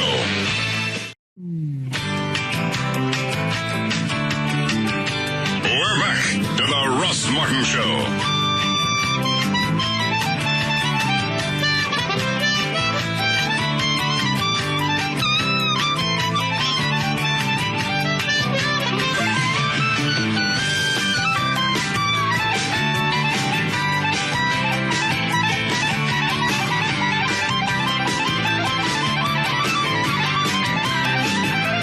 All right, go ahead, Dan. Well, on Wednesday, the mayor of Dallas called for an investigation into the towing of dozens of cars during Texas OU weekend. Dozens of Texas and OU fans claimed they were waved into a parking lot near the state fairgrounds that did not have warning signs on Saturday. They returned after the game to find that no parking signs had magically been posted and their cars had been towed. Dallas Mayor Tom Leppert sent a memo to the city council calling for a full investigation into the towing. He said he wants to ensure that visitors and citizens are not abused in the future by renegade towing companies. I would probably guess not just this towing company, but there's been abuses of the system for a long time, and the only reason this came to light is it was a clump of people all at once. Sure, there's so many of them. It was a major event. And it was at a huge city event. Well, it also hit the papers, and you don't want it to make it look like you come to Dallas, you're probably going to get screwed, or your car's going to get towed. Well, nobody said the city of Dallas was behind Not this. at all, but I'm just saying that once you put the city with a problem like that, people go, well, maybe I shouldn't go down there. Maybe it's not as safe as I thought it was. It's completely safe. How long is it going to take to investigate all the variables in this? The towing company already admitted they charged more than they were allowed by the limits the city set on there. I think you got enough people to testify that said those signs were not there when we pulled in. Yeah, all you really need is 5 or 10 people to go, no, we didn't see any signs. And if you can't find the guys that waved everybody into the lot. That's the hook. All right, then you're not going to find any correlation between them and anybody else. Well, you can still get the towing company because they charged more than they were supposed to. And from now on. And they admitted it. Yeah. And everybody will be on notice that if you do anything like that again, it's already hit the papers and the mayor's already aware of it. So if it was a scam, if the guys just went out, rented vests, and got little flags, they made their money, they won. I mean, they. So you don't think nobody's going to be able to pull this off again? I would think it's going to be on the front burner if anybody tries to do it again. I would think you would. Yeah, that's going to be top of mind for a long time. Is towing. Well, they're going to pull this again. Either's never happened before, or we just hadn't heard about it before on a smaller scale. But you got 80 people. How many cars did it say? They're still trying to figure that out because you've had a lot of people just paid it and went off. Yeah. Right. You've had like in the neighborhood of over 100 complaints to the city, but the tow company is saying they only towed like 26 cars. Okay, and you also and a lot of people could have been from Oklahoma since it was Texas OU weekend. They went back home, didn't give a rat's ass. All right, I got screwed when I was in Dallas. Big deal. We already lost. I got towed, and that's the end of it. You're right. There's probably a lot more out there than that. And I would think you could go through the towing company's employment records, take all the names, say, I want pictures of everyone that works for you. Show them to the people that got towed and say, do any of these look familiar, like the people that waved you in? Oh, I didn't think about that aspect. I suppose. I mean, I've parked so many times at different places, I couldn't tell you what some of the waving in looks like. It only takes one, though. Well, I can't put myself in a situation where I'm going to jeopardize my entire company just to make maybe a couple of grand off one parking lot for one night. You wouldn't think so unless somewhere it's happened before and you've gotten away with it. Then you're like, okay, this works. They say there were any other issues, any past complaints with who is it? It's Lone Star Towing. That's actually what I was about to brought up. Another instance that has come to light. Avi Adelman said there are similar. He's the Greenville Avenue activist. Yeah. He said there are similar issues with other lots. He lives across the street from a Greenville Avenue Blockbuster store, and he said there were similar problems with the same towing company at the store's parking lot months ago. City Councilman Mitchell Rosansky owns the property the Blockbuster video was located on. Rosansky and the store both said they've never authorized Lone Star to tow from the parking lot. Now, they also obviously say Rosansky had nothing to do with Saturday's towing. So they're pointing out that this company has pulled cars off of lots when they didn't have the owner's approval to do so. Which is obviously one of the variables that has to be in place. You've got to have the owner's permission to start hauling cars out of there. Now, in this lot that the city councilman owns, are there any no parking signs? I'm trying to remember because I know exactly where it is. Because if the owner didn't specifically say doesn't care, he wouldn't have posted any no parking signs. Well, it's one of those things. They use that lot, since it's right on Lower Greenville, as a paid parking lot sometimes on Friday, Saturday nights on Greenville. But then, but if you don't pay the attendant, I'm just going into the Blockbuster. So how do you differentiate is, I think, part of the problem. Well, also, if there wasn't a contract with a towing company, how, as a business owner, the guy that owns a lot, how are you supposed to make any money? People go in there and they park, they don't pay, and I'm guessing that's how the towing company justified towing them off. Pulling them out. How do you make any cash? And this Edelman, what's his name, Edelman? Avi, I don't know. Why didn't he move? If he hates that area so much, every story you hear about it. I think he was there long before that entire area was built up, and as big of a dick as he comes off as, if I lived in that area and I had this grow up around me and you got people taking turds in your front yard and leaving them there, well, I would be a little cranky. Okay, why don't you move? Why should he have to move? I don't know if he was there first or not.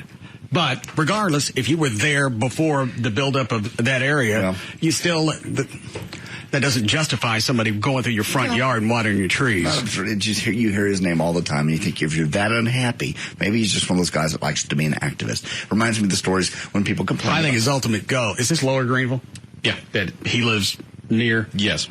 I think his ultimate goal is just possibly to be that big of a pain in the ass, and these businesses finally just close, or they move. Well, won't that hurt his property values? It'd probably go up. Because there are fewer bars and such. You don't have people copping a squat in your front yard immediately, and I don't know because I'm not real estate, but if I think you go back and comp the values in that neighborhood, they're probably going to jump up a hair. Yeah, I don't think you want a human pile sitting next to your open house sign. No. You got a dog? Yes. You got a lot of dogs, looks like. Well, I'm an animal activist. You got a big dog? Yeah. Is that what this... I'm in that Mazda. Am I right, Trey? Absolutely. If that area was to turn into something else, a retail district, whatever, those other homes, the property value would probably go up. I would, but, you'd have to take all the bars and stuff off Greenville Avenue. I understand, but that could be his ultimate goal. Yeah, but it ain't going to happen. That's too popular of an area for... young people to go. Now, does anybody know if he had actually been in that area for a while, or did he just move in and decide he was going to be the cock of the walk? No, he's been there for a while, but at a certain point... But Greenville's been there for a while as far as those businesses. Absolutely. JD's right. He really should move because he's not good. I mean, he's done just about everything he can as far as parking and everything else. He can call the police all they want.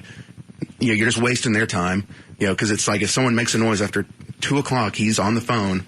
I think it's 10, isn't it?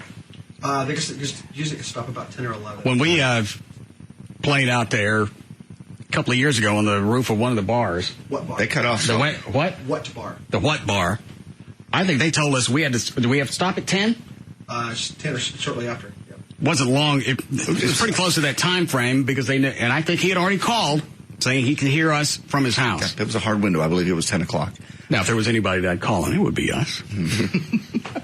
It just reminds me of the people that lived near Love Field and complained when the Right Amendment thing came back around. Well, it's noisy. Hey, that airport's been there since the 50s. When did you move in? Exactly. Well, the traffic wasn't that heavy back in the 50s. The jets make noise, and they can leave every 3 minutes. You didn't have jets coming and going every 3 minutes at Love Field back in the 50s. Yeah, well, in the 60s you did. Yeah, actually, there was a lot more traffic back then. Every airline was based at Love Field. All of them. Well, they were still there first. Just don't if you want to complain about the noise, move. There's other houses.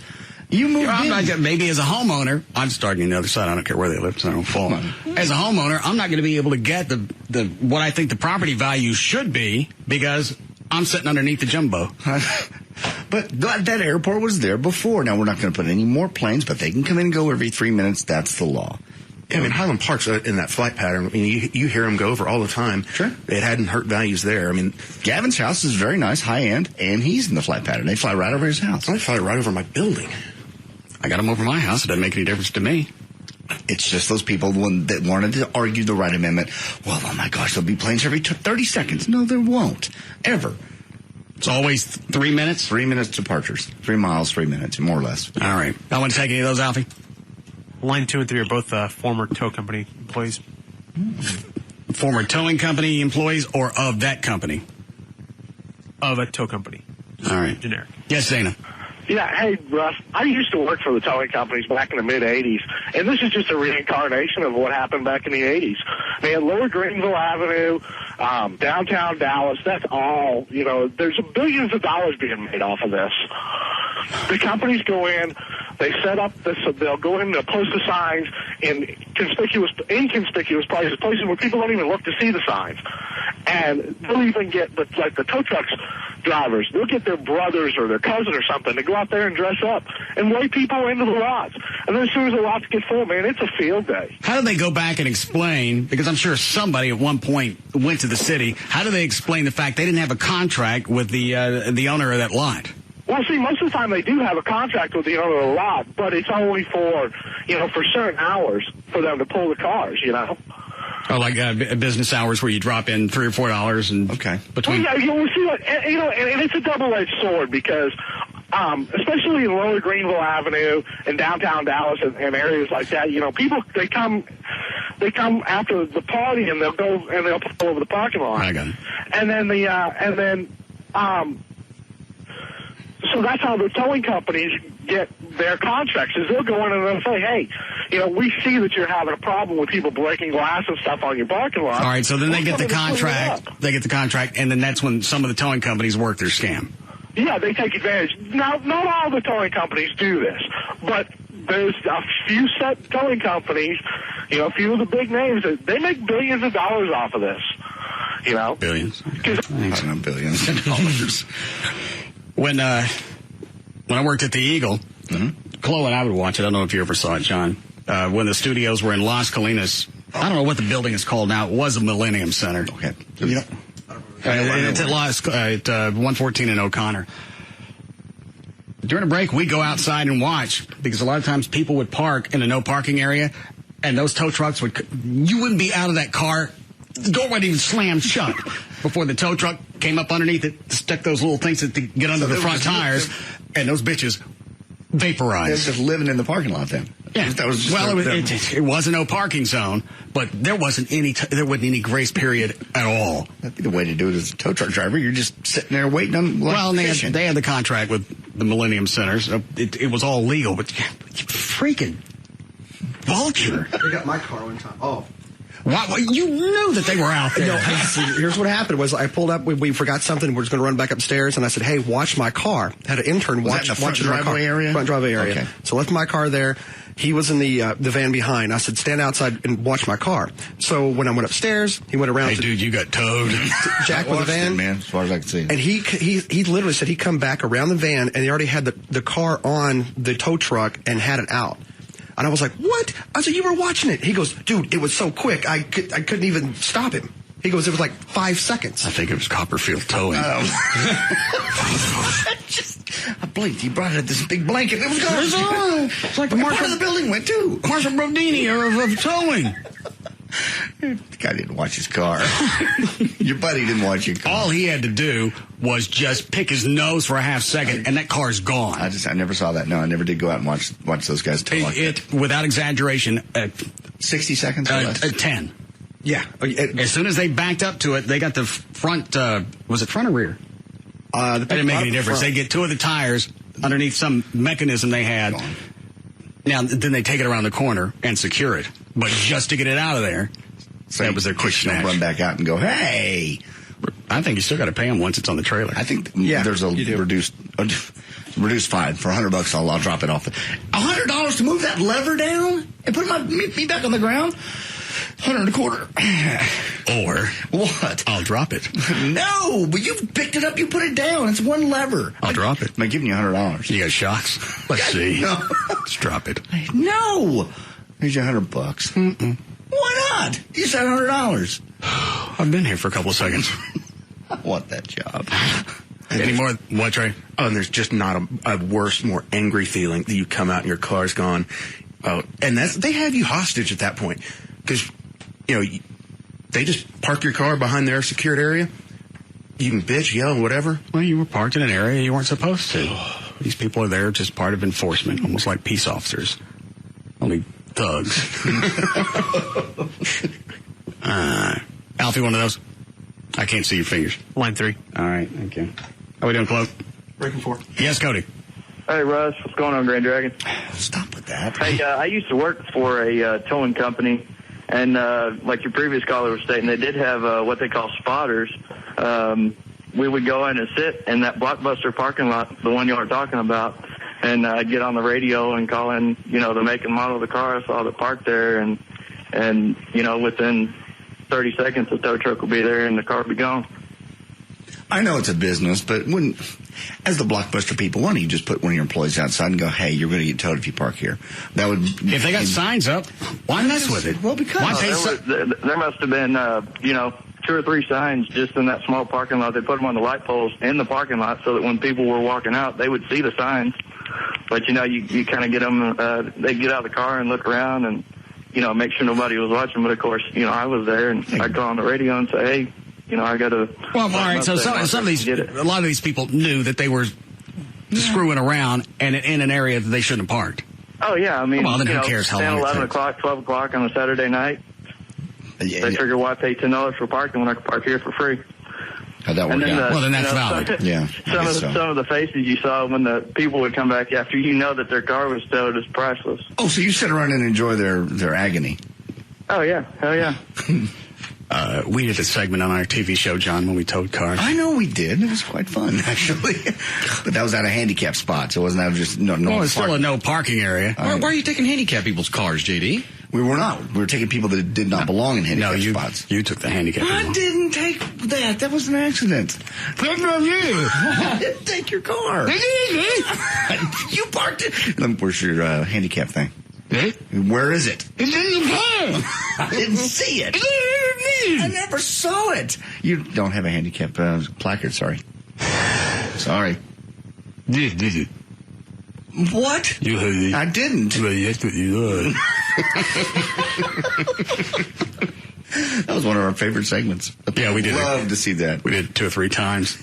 Just set up a hidden camera, wait for him to pull into a handicap spot, go dancing into the Target or wherever it was. We got permission before we shot the video.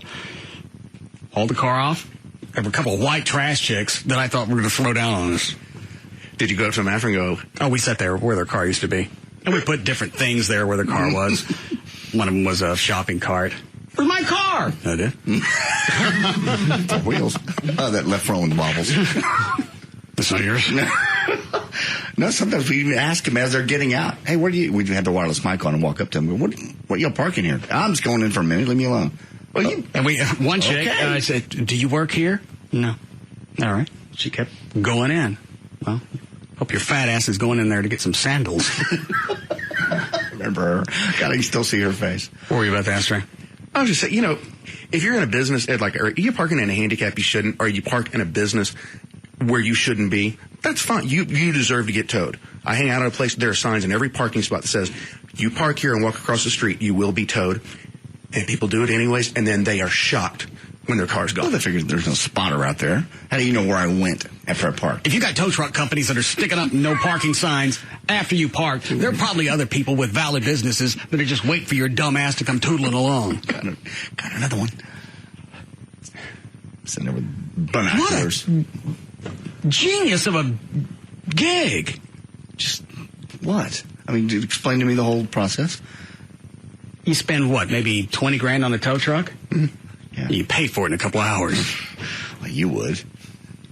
I believe that's my next venture. Oh my God. Yeah, and I'm going to start up here. That's a good idea. Well, in the old days when everybody used to park their cars up here and store them up here. Oh, they'll sit on the roof of a building, get a lawn chair, sit on the roof, binoculars, and a radio, just like that guy said. And they just call them out. Alpha 1, we got another one. Come on in. Any more of those for our break, Alfie? Lines 1 and 6 are ways that these people have gotten out of it. Okay. We all right, Chloe? What? Yes, John. Hey, I used to work for the Texas Towing Association, and by law, technically, if you could get out there before they secured that vehicle on that truck or before they could take off, they'd have to drop it right there without charging you. Now, most people didn't know that. What's the definition of secured? Basically, get it up in the air, completely up in the air where they're ready to take off. All right. Well, the tow truck company, when we were at the Eagle, they had it in the air quick enough. You could come running out and make any difference. I saw one chick chase her car because it had a circular drive. Chase that guy. He even made the loop twice just to be a dick about it. Just a little bit faster. You can probably catch me. Almost there. I'm about to drop it. All right, we'll be back.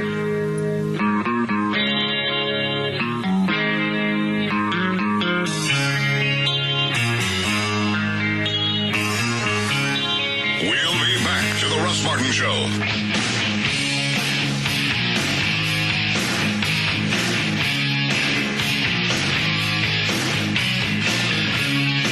Better than any TV soap opera. The Russ Martin Show.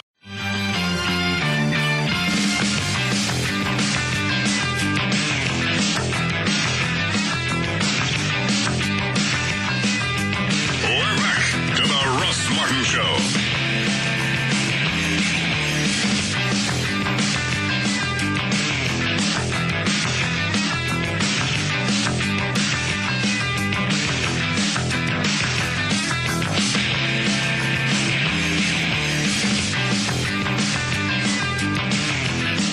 All right, Daniel, go ahead. All right, this last check of traffic is brought to us by Geico in Richardson, 75 northbound. Before you get to Beltline Road, you have an accident blocking the right lane, and that's slowing things down back to 635. And one more problem to tell you about in Fort Worth, 35 northbound, right before you get to Northside Drive, you have an accident on the left shoulder, and that's slowing things down to already, where it's already crap because of rush hour in general, but that has everyone stacking up to East Hattie Street. There's your last check of traffic. I'm Dan O'Malley on the Russ Martin Show. Thanks, Dan. All right, 56 for the low tonight, still some clouds, and then sunny tomorrow, mid-70s, and on in almost 80 for the weekend. We have 66 degrees now at Live 105.3. What is the link that you emailed me, Trey? Oh, you have to click on it and look at the picture. I hate saying you were right, but... About? Is he right about? Well, you look at the picture. It's a picture of Tony Romo's hand, and they basically did exactly what you said they should do. All right. This is from CBS 4 in... Oh, that's a different story. I'm sorry. Oh. Well, this one is... What's that story? This is... a Margate man has filed a lawsuit against the Pompano Beach Strip Club for injuries he had sustained during a stripper's performance. That's a hell of a game. Charles Prevet, 35, says the performer's high heel shoe flew off during a pole dance, shattered the mirrored ceiling, and caused the glass and the shoe to come down and cut him. It's a small abrasion. What does he want? Settlement. Suit seeks at least $15,000 in damages from the renegade teat. All right, I don't see the other story. So, Dan, do you have it? Anything about Romo? Yeah, I do. Because last thing I heard today was he told somebody he could play this Sunday. Yeah, I think I mentioned it yesterday that he didn't practice yesterday, but he threw on the sidelines, and reports were that he looked pretty good doing it. Cowboys quarterback, of course, Tony Romo could start Sunday's game at St. Louis, given obviously a couple of conditions. Romo did not practice Wednesday, but did throw. The Morning News cites two sources who say Romo wants to attempt to practice this week and start his 33rd consecutive game. Initially, it appears. And what exactly have they done, Trey? They've taped his pinky and ring finger together in a curved manner, so it just fits right around the ball. Yeah. And he did practice today. He did practice today, okay.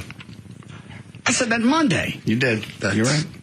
I just didn't think that's how they handled it in big-time sports. They actually let somebody heal before they tape them up with a little curve. Well, what difference does it make? Well, because I would think it hurts and you have your stability is Obviously, you're wrong. Clearly, you know more about football than I do from your years with the Cowboys. Thank you. Shut up, Dan.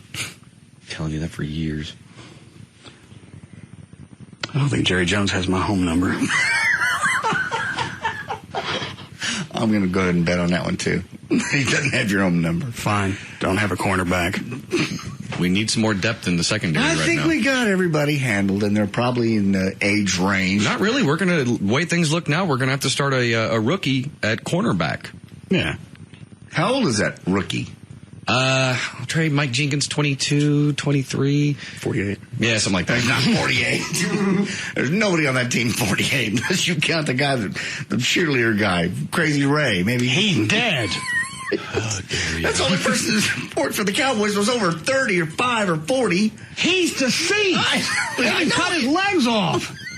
I I know. Jeez. I met the man. I've had my picture taken with him. Is that what happened to his legs? No, I didn't do anything to his legs. Use the nose. I like them chaps. It's the quickest way I can get those off. And how do you do that whistle thing? It sounds like you're doing it now. Oh, he was a great guy. All right, here's Trey. I just got the email. And it's got a picture of actually what they did to Romo's hand. Yeah. Okay, taped up. Is it his really pinky and his ring finger? In a little. All right, you know what? No, that's just his pinky. But they did it in one of the. It looks. You can't tell it's all taped up, but it looks like probably one of those metal braces. Oh, okay. Well, that what they would do just so it would heal. I just have a hard time believing they'd put him out. What if he gets hurt more over the pinky? If it's got one of those metal braces on it and everything's taped up, it's probably in better shape now than it was when it was exposed. I suppose. I guess. Yeah, but it looks like they took that brace and they curved it so it would fit right around the football. I wonder when that flashed on him. Hey, Coach, I was just out in my car driving out here to Valley Ranch, and I got an idea. Save the season. Yeah. What if we... What's it playing in the background? Nothing. No. My radio car don't have radio. That's some loud mouth honky I picked up. I'm sitting in the back seat making noise. Shut up, honk! He's gone now. I've been saying that all week. I know, you said it Monday. Took them 3 or 4 days to come up with that idea. I get that. I know that the doctor said he. Well, it only took me 25 years, but I've saved another season. Oh, my God. When did you save a season? 78. You didn't? Did you ever really even play, supposedly? I mean, do you think keeping Raphael Septien happy, you don't think that was important? I think... As the, what was he, a punter? Kicker. Well, he'd do that. All his sexual fetishes? I don't think you were involved. You weren't there. He was ravenous. Well, it's hard to keep that man satisfied. Why didn't you get different hotel rooms? Why did you go right next to him every time? They always just stuck us together. Why? Would he recommend it? I mean, wouldn't you just say, hey, Coach, every time I go to bed, he drills a hole through the wall and sticks his wiener in? Nobody else wanted to sleep there. Why don't you just tell Coach Landry? He would have done something. Don't ask, don't tell. That's not the Army. Don't ask, don't tell, kiss it.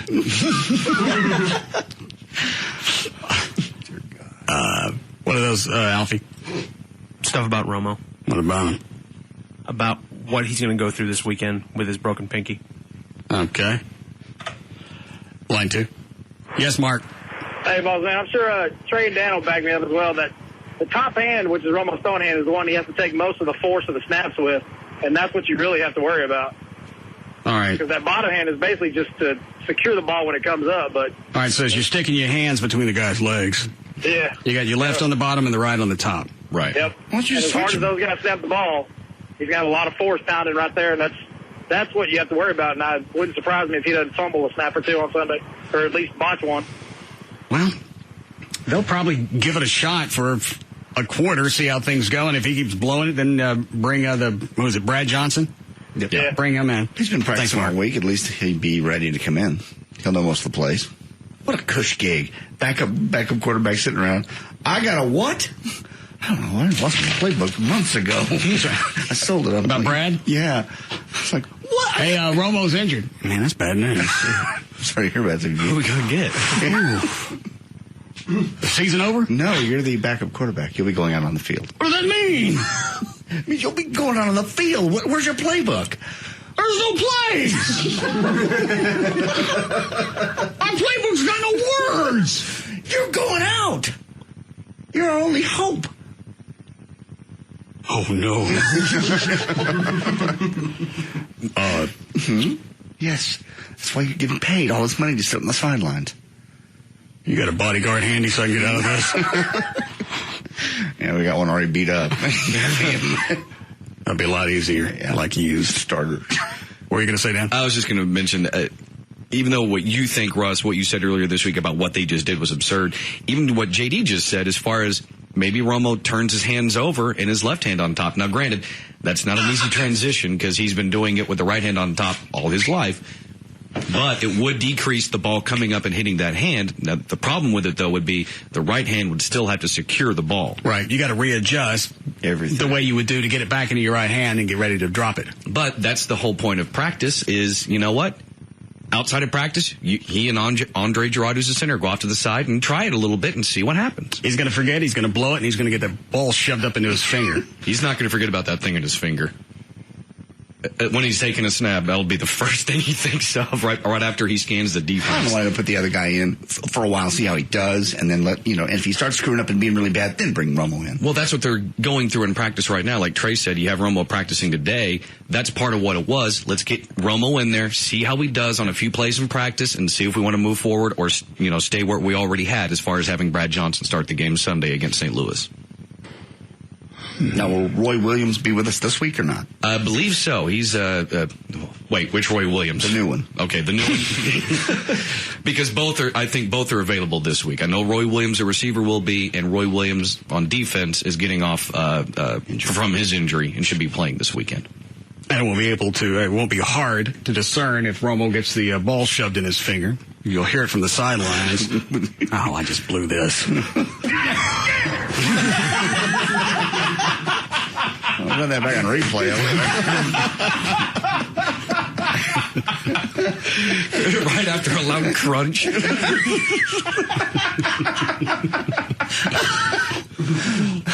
I can't cue that up again. It was a classic. I have to live in the moment. Blue 80. I said easy. What is line one, Alfie? It's about a talk with Romo that Romo had this week with Brett Favre. Oh, yeah. You call him a pussy? No. All right. Yes, JD. Is that his name? JD? Yes. Shut up. You on the phone. What's your name, dude? What did he want?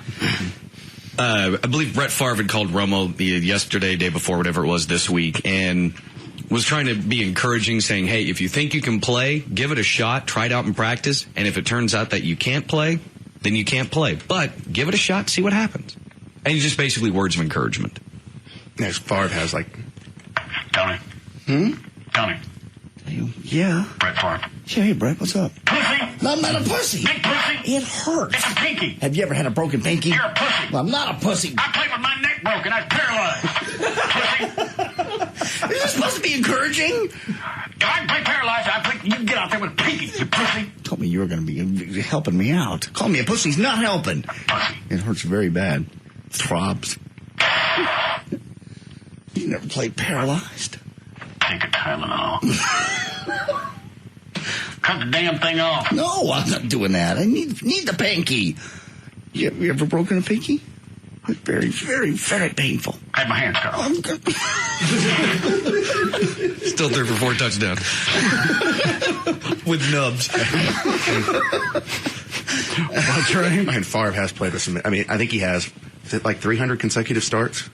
I mean, it's something. Well, absurd. with Romo as a quarterback, it may not all be about the pain aspect. It's the fact you can't control that finger. And I'm going to guess when you're throwing a ball, your fingers probably come into play. Just a hair. And that's all you're thinking about. You mess your whole game up, your timing. Who are we playing? St. Louis. Rams. What happened to the Cardinals? That was last week. We lost. They moved about 20 years ago to Arizona. Yeah, there's that too. So it's a St. Louis what? Rams. Who plays in L.A.? They don't have a team in L.A. The Rams. The L.A. Rams moved to St. Louis. What about the Raiders? They moved to Oakland, or back to Oakland. The Oilers? They're technically the Tennessee Titans now. Yeah, but Houston does have the Texans now. What about Skillers? They still open? No. What about Duff's? Sanger Harris? No, it's gone. Whew, I'm sorry. What?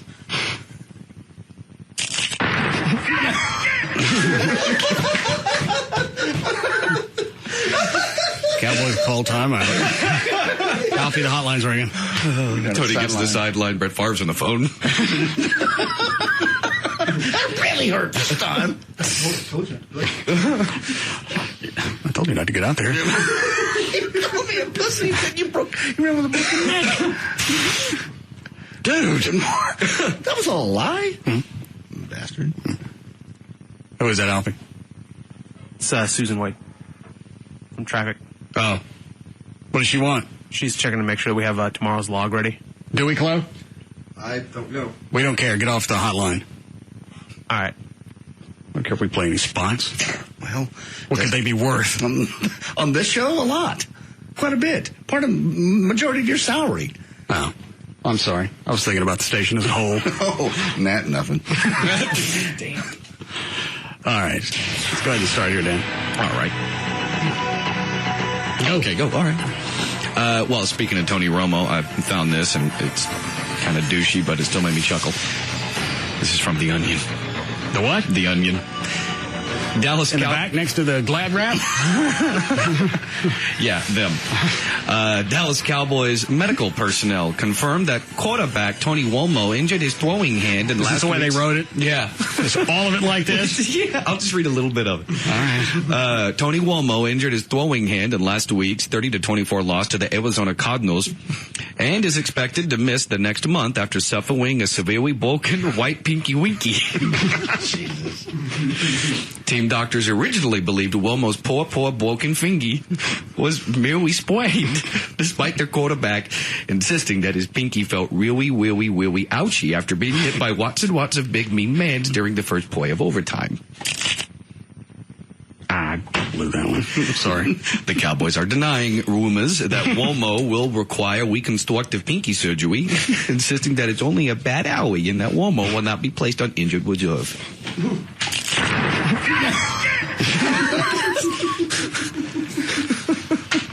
Down to the sidelines. Injury report. Here's Christy Scales. Romo has an owie.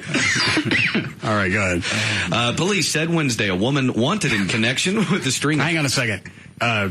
Is that the Robert that calls in a lot? All right. I saw this story in the news a couple of days ago. Yes, Robert. You saw it too? Yeah. Kid's name is Trevor Wickery. He plays college at a little Division II school in Grand Junction, Colorado. Had his finger crushed in practice, and they amputated it rather than him lose his season. I believe I've already brought that one up as well. They're not cutting his finger off. How would you cut somebody? Well, what did the guy play? Yeah. He played offensive line. Oh, well, yeah, you do that. No, you don't. He's a senior this year. He didn't want to lose the season.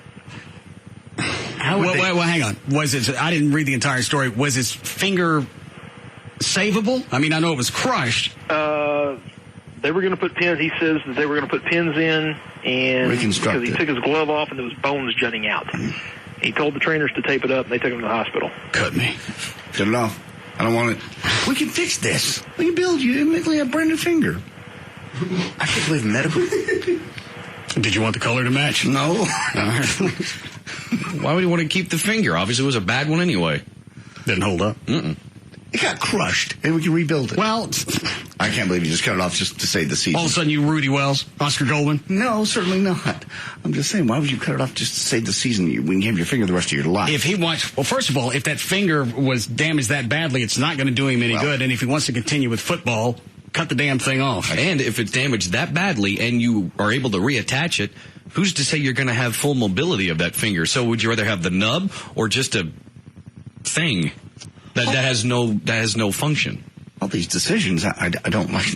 Let go of my hand. Give us that finger. I'm not giving you no finger. You got $50? I got $50. And there was actually a story about, remember the name Dick Butkus, Russ? Yeah, a football player for the Rams, Horns, Scorpions, Bats, Screaming Eagles. I can't. You're making hand gestures. Do it again. Cougars. MILFs? Yes. He was part of the Chicago MILFs. He was with the Bears. All right. There was the thing with him. He had one man's just standing there like this going, well, it's hard to do bear. I know everything I do with claw hands because immediately goes to cougar, so that's my own fault. Well, you're doing that, and all of a sudden I got a heart on. Chicago Anyway, there was a play where he came off to the sideline, and his pinky was basically just kind of hanging by a thread. Taped it up, missed one play, went back in, finished the game. Oh, my God. Now, is that real or is that like No, that is absolutely real. Trey shaking his head. You can Google it like I just did Dick Butkus pinky, and all sorts of things come up on it. What was the play that pulled his finger off? I don't know if he got it caught in one of the other teams. Got your finger. It was either it got caught in between helmets or face masks, or it got stuck in the face mask of someone. I don't remember, or maybe even stepped on. Who knows? Yeah, those guys. I'd have gone into a coma. He comes off the field is just like, tape it. Oh, you read stories? Tape it, keep it. I'm sick of it. Do something. Don't. The rings don't fit anymore anyway. You're right. I would have passed out. They just play. I mean, my godfather played with a broken arm. What position? Linebacker. All right. What is it, Chloe? Didn't Walt tell a story about him Walt playing? Garrison? Walt Garrison, yes. Broke his collarbone and still played? Mm-hmm.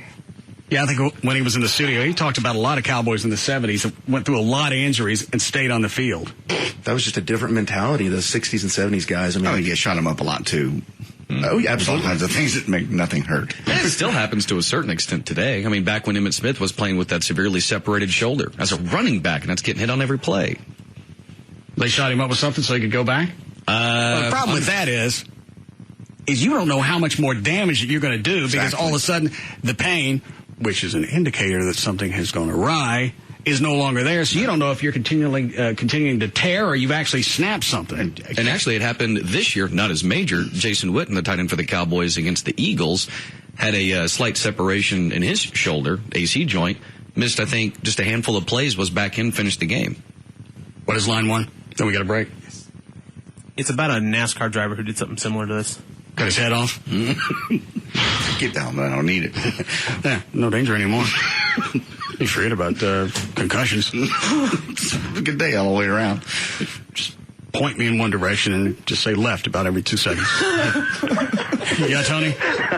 Yeah, no, Ken Schrader actually broke his thumb severely in an accident one weekend before a race, and rather than miss the race for having his thumb repaired, he told him to amputate it, that way he could race that weekend.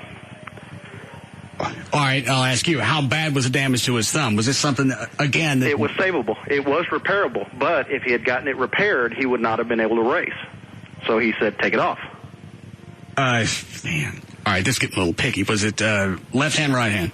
I believe it was his left hand. I could be wrong on that. It's been a while, but... Do you know if he was left or right-handed? No. I'm just curious how. But either way, even if whether it's left or the right, I mean, if it's a right hand, you're still having to shift. If it's a left hand, you're still using a lot of torque with your left hand when you're in the turns. All right, thanks. I get having a commitment to your team or your sport. They're that far into it. But if it's going to affect any form of masturbation... I knew right where you were going with that. As you were looking at your fingers, I'm thinking, he's thinking whacking. Because really, that's... Because you have to have... That's imperative in that situation, your thumb. Or get a sucker pump. I got to look that story up, because I don't know how you could drive without a thumb. So you're trying to say in some fashion, not in short order, you don't think it's real? Yeah. Worst story I've ever heard of, I think it was Ricky Rudd, had this horrible crash. His face is so hurt, everything is swollen up. Cut his head off. No, but he used duct tape to tape the skin up so he could see out of his eyes, and raced in the Daytona 500. Cut off his lower torso. Look at that. Ain't gonna pee no more. All right. We need a break here? Yes. Well, now that I cut off my thumbs, I wonder if I can get one of them handicapped monkeys. No, can't get a monkey. Why not? You just want a monkey to help you masturbate. We know. You've already told us. Dude, a helper monkey's a helper monkey. Yeah. You do one business with one hand, and then you can catch it with his two.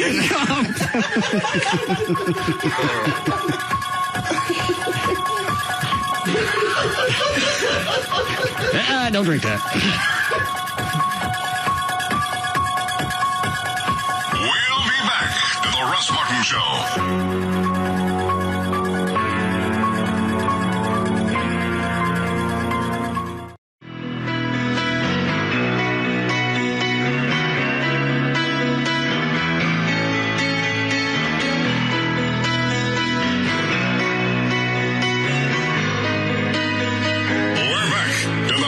Martin Show.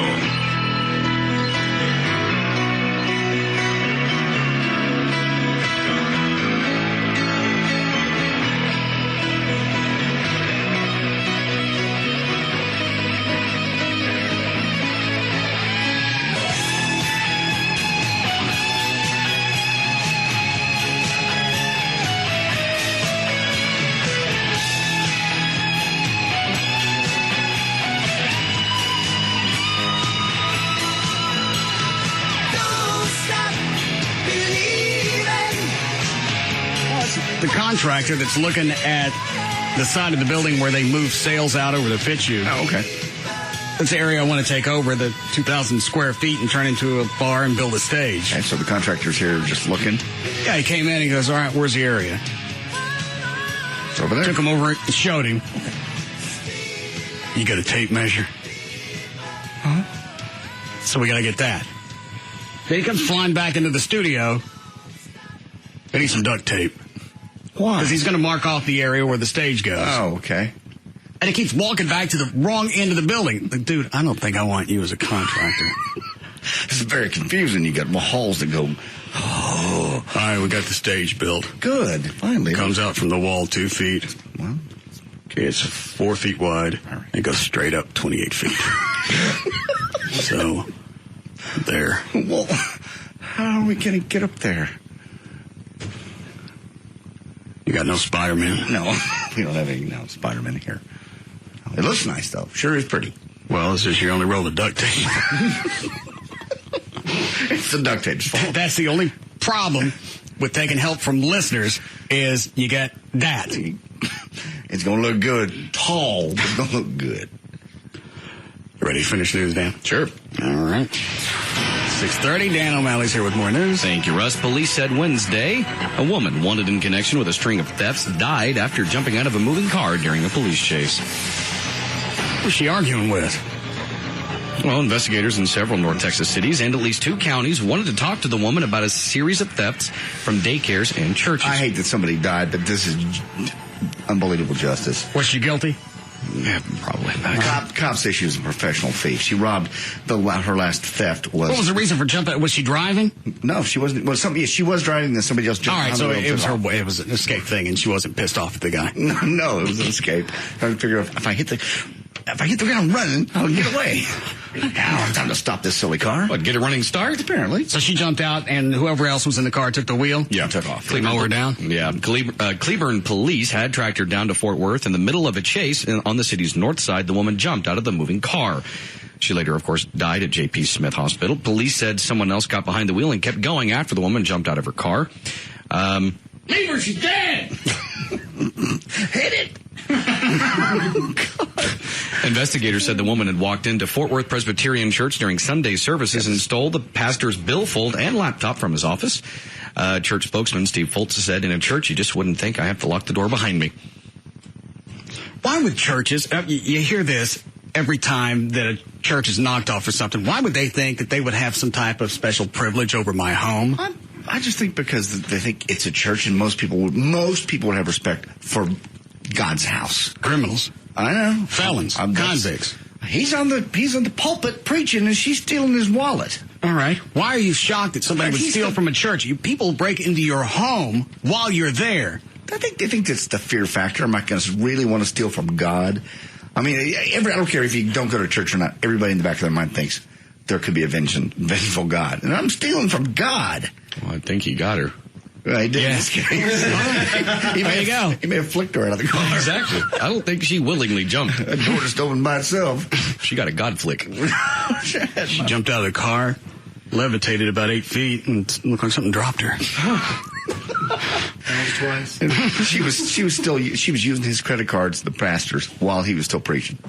She had already gone down the street in JCPenney's and Sears and Foot Locker and Lowe's. Where'd she get a Foot Locker? I don't know. Obviously not in good shoes. Could have stopped her. They weren't running shoes. At Lowe's, I got bubble wrap. That didn't help. Should have got a helmet instead of these neckies. Go ahead, Dan. Dallas-Fort Worth International Airport is one of 7 U.S. airports that allows firearms up to the security checkpoints, according to a new AP survey. The survey of the 20 busiest U.S. airports found that 7 of them, DFW, Philadelphia, Detroit, Phoenix, Minneapolis, St. Paul, L.A., and San Francisco, let people with gun permits carry firearms in the general public areas of the terminal. I don't understand why you wouldn't want to secure the airport at the front doors. I know once you go past the TSA, that's on paper a secured area. It is a secured area. But they say, why bother? These people have okay. permits. Well, here's the issue. I come up, I shoot the TSA agent, okay, and then I go through and I ignore the buzzer. I understand. It's a damn noise. We never thought of it. You like could the do buzzer. The thing is, if you're going to do that, you're going to do it anyway. You're not going to care if there's a rule. There's same people with. Well, but if there's some type of metal detector, you don't have to have anybody man it, but just have them at the door so something goes off, so the TSA guy can go, oh no. It would be going off every 30 seconds or every couple of minutes, and they'd ignore it after a while, unless you actually put somebody at the front door.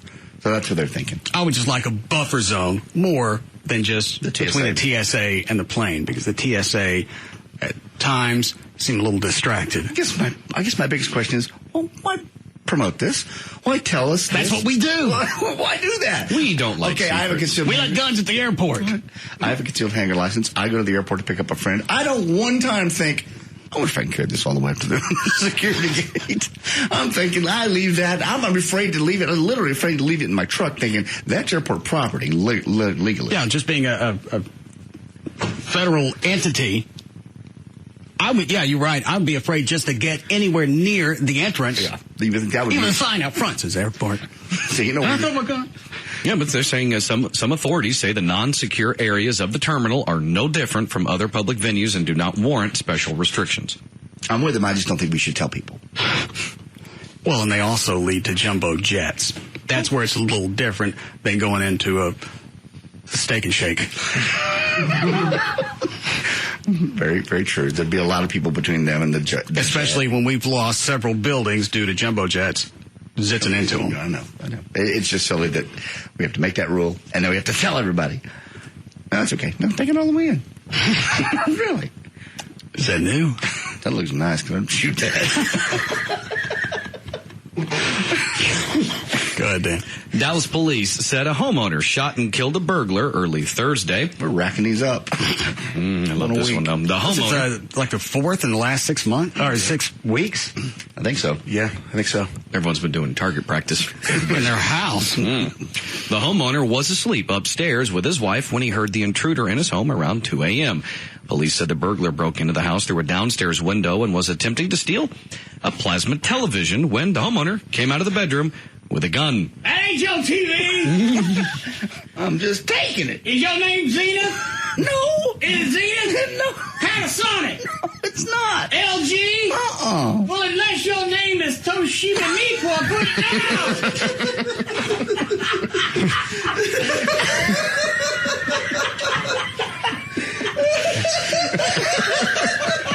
Is that your name? No. Is it Toshiba Nippon? No. Stop that!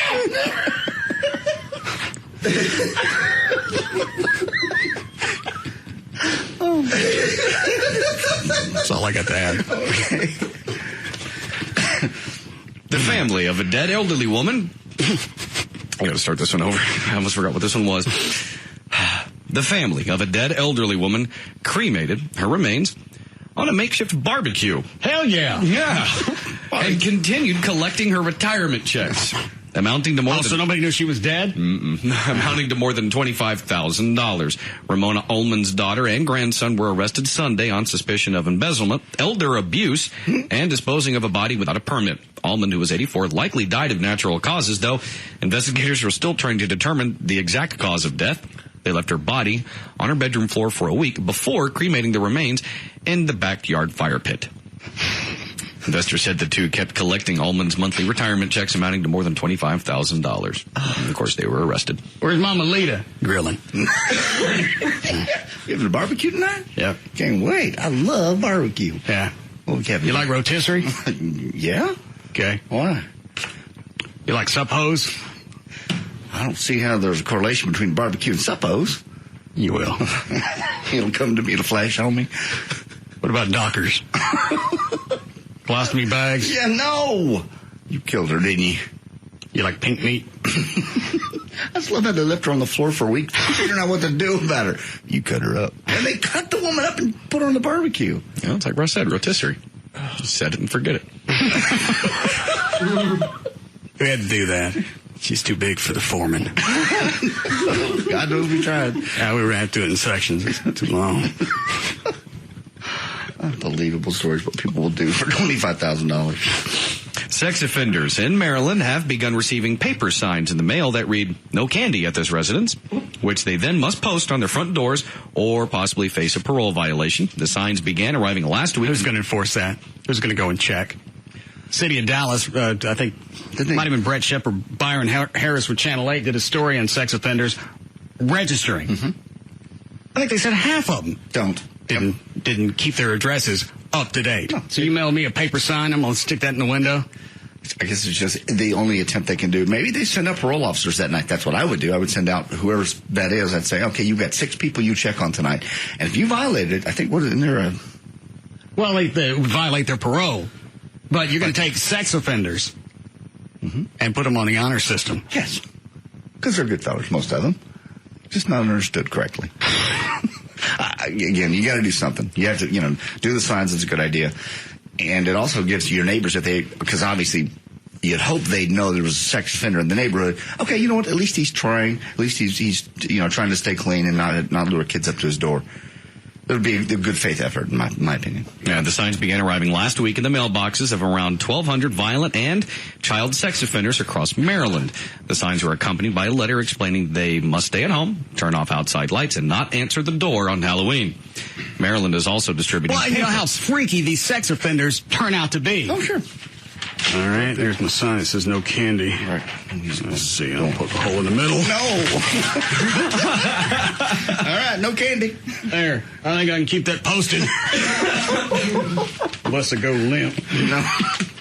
They really should just have people in that area with a list of all the addresses to keep tabs on it. You don't send some sex offender a placard and expect them to follow through on it. And really, if you think about it, you don't necessarily have to jeopardize, your local police department's time if they don't have the manpower. You just have neighborhood watch. That's what I was going to say. Send your neighbors. Yeah, but you send your registered sex offender list to that neighborhood watch commander, whomever that person is in the neighborhood. Well, not all neighborhoods are going to have a neighborhood watch. They're not, but the ones that do. But it's going to stand out if a guy's in the front yard with his no candy sign and his pecker shoved through it. Yeah, through the O. We can't come get him. He posted the sign. It's illegal. I think the sex offenders, they're outraged by this story I saw today. They're trying to figure out a way to sue so they don't have to do this because they think they're being I thought that was a condition of their parole. Not only do you have to register, if the state throws out the edict, you got to post this sign, that's part of your parole. I guess maybe they thought it wasn't going to ever happen. Well, maybe next time you'll just shoplift. I don't know how, as a sex offender, you think you don't deserve to be just flogged in public. They're lucky they got out. Well, we've because we've gone through this over and over that most of them don't seem to be able to go through any type of rehabilitation, especially you go back to the Dateline piece with Chris Hansen and all the bizarre people that would show up. And they've done it over and over. One guy got busted on NBC 2 weeks in a row. Yeah, just on the TV show. Thank God I did it during sweeps. You ain't the same fellas, are you, with a TV show? Damn! I know you. Oh. I'll be glad to take a seat. Oh, God. Twice. But Halloween's just the worst time of year because, you're luring kids. I've been on this show twice. Did I get a SAG-AFTRA card? What's the day rate? About 83 cents an hour. Do we need a break? Yes. Okay, we'll be back. We'll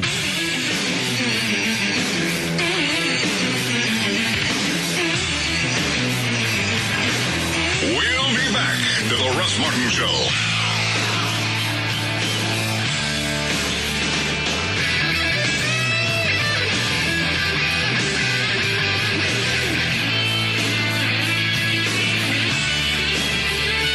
This soap opera gets better and better. The Russ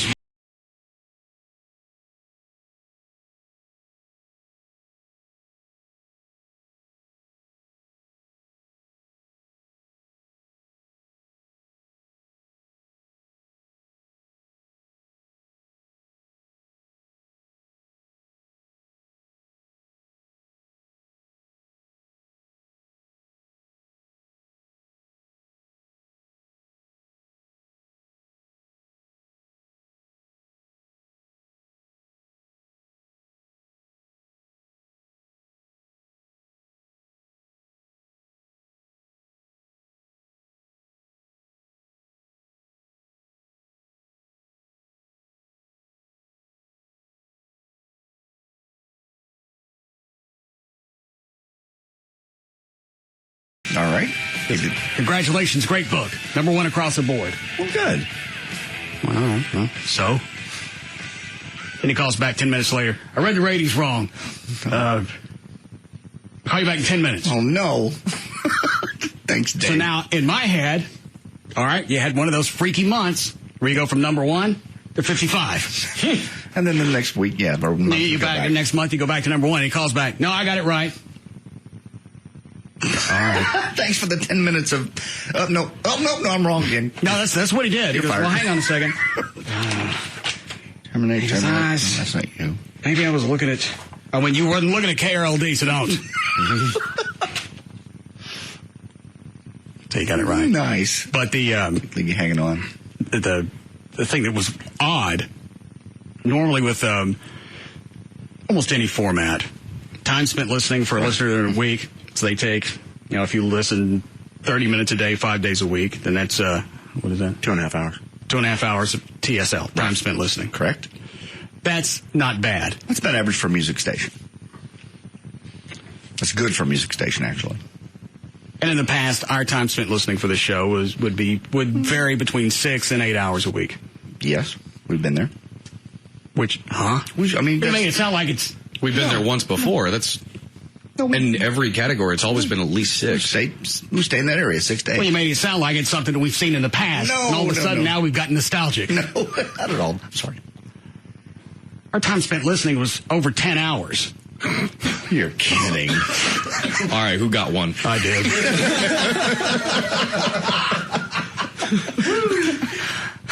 I don't think we're supposed to. You mean a rating survey? Mm-hmm. That was me. I don't think we're supposed to talk about that. Hello. That's all I listen. I know. You listen 20. No, I'm here 20 hours a week. Listen half the time. He only listens about 3/4 of the time. Yeah. No, you're supposed to put down 20. You're here. You listen. The headphones are on. How could you not hear? Most of the time I'm listening to my iPod. Plus commercials. But you only gave us 10. Way to go. Thanks. I don't recall us ever having a TSL like that. Ever. I've never seen any radio station ever have that, or radio show. Having a 10, ever. Dan's right. Who got one? No, I didn't. If I did, I wouldn't say it. Why? They can't come back and take it now. All right. Anything else before we go? Yes, I got some audio. Cut number 164. While introducing someone recently on CNN TV, Kara Phillips accidentally says the C word. Not once, but twice. So it's spreading apparently from Fox over to CNN. Who was on? Rosie O'Donnell? No, it wasn't. Barbara Streisand? No, stop it, no. Nancy Grace? No. Elizabeth Hasselbeck. Stop. Nancy Pelosi? It was a political animal. Jane Fonda? No. Wendy Manning? Laura Miller? It's one of my exes. Not Laura Miller. Monica Conyers. Wasn't her. Yngwie Malmsteen. Who the hell? Susan Sarandon? No, she wasn't on. Gavin? No, it wasn't Gavin. She was introducing Republican strategist Leslie Sanchez. And this is Kara Phillips talking. All right. The cut again is 164. Okay.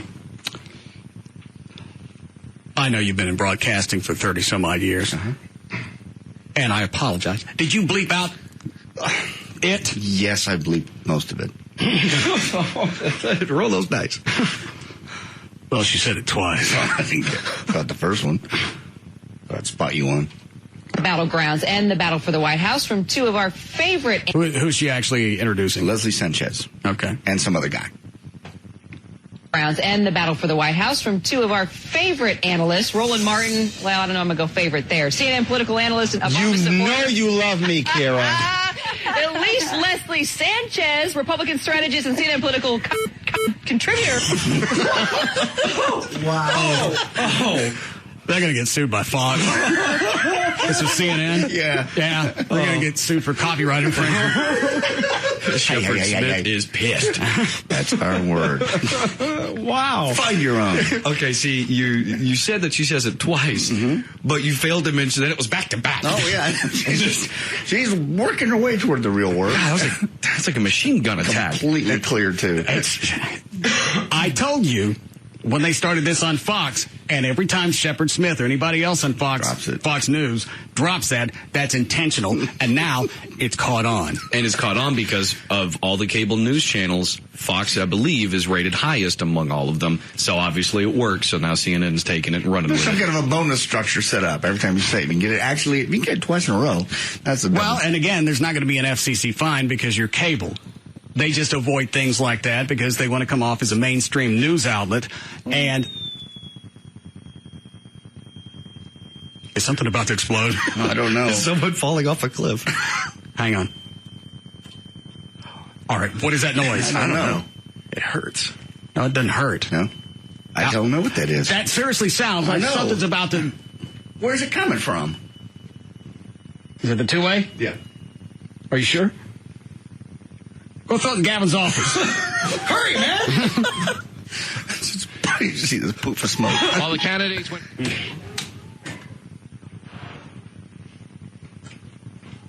You get rid of it? Yeah. Good. Is it still making that noise? That's just going to be you want the honest answer, what it probably is, battery's going dead. Well, thanks for deflating. I'm sorry. Thought we were still... We could have probably played that out for a day and a half. Or it's a bomb. All right, let me go back and play this. Battlegrounds and the battle for the White House from two of our favorite analysts, Roland Martin. Well, I don't know, I'm going to go favorite there. CNN political analyst and Obama supporter. You know you love me, Kara. Elise Leslie Sanchez, Republican. I like you. It's her. And that one. Not that one over there. Or that one in the back with the string hanging. That one. Elise Leslie Sanchez, Republican strategist and CNN political. So she's the official one. 2 stripes. She's a 2-star? Yeah, apparently. Well, somehow it doesn't sound as insulting if you're the official one. Sanchez, Republican strategist and CNN political. Not political. CNN political contributor. It's even in rhythm. All it needs is the Looney Tunes music at the end of it. You get more money on the bonus if it's in rhythm. Strategist and CNN political contributor is always... You just cut that down. Political beat. Send it to Hillary Clinton. You know, hey. Sanchez, Republican strategist and CNN political contributor is always on time. I'm sorry, Dyke. Did they address her dropping that? No, not at all. They just went right on. She said it twice. But she's going for a word that has that at the beginning of it, so it's obviously she did it on purpose. No facial expressions on anyone on camera? Because there's obviously 3 of them. No, there's only 2 of them on camera at the time, and no, there was no... Now, is this one like on CNN? And you know why they didn't react? Why? Because they all saw it rolling up on the teleprompter. She did very well on that one, actually. Sanchez, Republican strategist and CNN political contributor is always... It's just you never used to hear this, and all of a sudden recently it's the fad. Like you said, it's hard to believe that there's... You're right. That's marketing. Fox News and CNN, they're going, all right, what does Fox News do different well, than us? All right, we get a news anchor who looks like an alien. And get him drop the C word, F, blowjob, anything else you think you can get out. Republican strategist and CNN political contributor is always on time. I think somebody needs to go grab her and readjust the towels on the other side of the machine. Sanchez, Republican strategist and CNN political contributor is always... Go out to the washer. Do you have the ones from Fox? Trey, are those on your flash? Where are they? On my flash. I'm not. Is your flash in here? No. Well, why not? I forgot. Oh, no.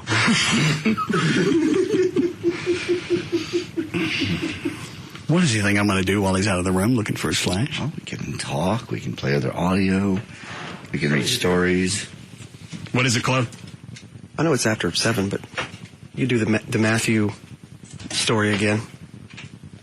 Oh, the guy who's mobile home. I've already done that twice today. It's been a while. It's been 2 hours. That's a while. That's a long time. You don't listen half the time anyway. Did you hear that part? All right, Trey, where on your file is it? I think it's just Fox News or Shepard Smith. Probably my daily audio file. Trey. And view details. Daily audio. Let's see. Casey Anthony. Thank God it's after 7 o'clock. What am I looking for? I think Shepard Smith.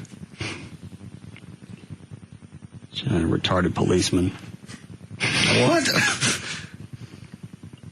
I don't see it. It may be in the main directory. Don't you have some type of listing where all this crap is? Yes. I see it now. It's under Shepard Smith.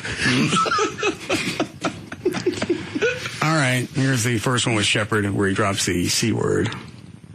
Start of an investigation which they genuinely believe is going to uncover tens of millions of dollars in healthcare fraud. Wow. Jonathan live in our Southern California newsroom. Very southern. I don't like you that much either, fella. All right, here's the other one from Shepard. J-Lo's new song, Jenny from the Block, all about Lopez. And Dan's right. When he blows this, he didn't misspeak a word. He said something totally different. Yeah, he's not going for like this lady was going for a word that sounded like that. His roots, about how she's still a neighborhood gal at heart. But folks from that street in New York, the Bronx section, sound more likely to give her a curb job than a blow job or a block party. Cha-ching. How do you get BJ out of block party? You don't even complain. Unless everybody gets one. Curb job than a blow job or block party. And he even finished the entire word. He came back and apologized later, I think. Oh, well, that's terribly I'm sure that would get me out of Dutch with the FCC. My bad. Dude, it was about... It's Hillary. Curb job than a blow job or block party. All right, this is one of the Fox News chicks talking about a chief of police someplace. All right. The deputy police chief says 6 officers were killed, including the district's top after the vehicle they were riding in was sprayed with bullets. 3 other officers and sperm. The deputy police chief says 6 officers were killed, including the district's top after the vehicle they were riding in was sprayed with bullets. Nice memorial. All right. I'm done with these. You ready to go, Dan? Almost. Well, come on. Are you going to do it again? Does anybody else want to hear this? Yeah, absolutely. I've got the story right here. Don't patronize me. If you don't want to hear it, just say so. I do, actually. People all over. I haven't added anything to the scripts. It's the same thing you heard 2 hours ago. Doesn't need anything. All right, Dan. Read the story from the news today. Don't start giggling yet. When rescuers arrived at the scene on Pine Hill Road just west of Marysville, Pennsylvania, Matthew Teets was still alive. Authorities said the victim, Matthew Teets, was working with a friend or possibly a relative to reposition his mobile home on concrete blocks, but it was not secured. Some of those blocks buckled, the home shifted, and fell on Matthew Teets. Teets was planning to live in the mobile home with his girlfriend right behind his mother's home. The fire department said, we were talking to him the entire time we were working. In fact, we had went in and cut a hole in the bathroom near where he was so we could get down through there just to talk to him. When we got the trailer secured and ready to lift the trailer, but he had already passed. 34-year-old Matthew Teets was crushed to death Tuesday afternoon after his mobile home fell on top of him. Last time. Okay. I haven't started. I know. I'll make this get past the bells, man. It's hard. Okay. Deep breath. Is that really all you could think of when you hear Amazing Grace? Is Absolutely. Happy the Clown? Absolutely. I told you, it was just a month ago. I was at a funeral, and the minute they started playing it, I had to put my head down. It pinched the living hell out of me. I'm like, I'm not going to laugh.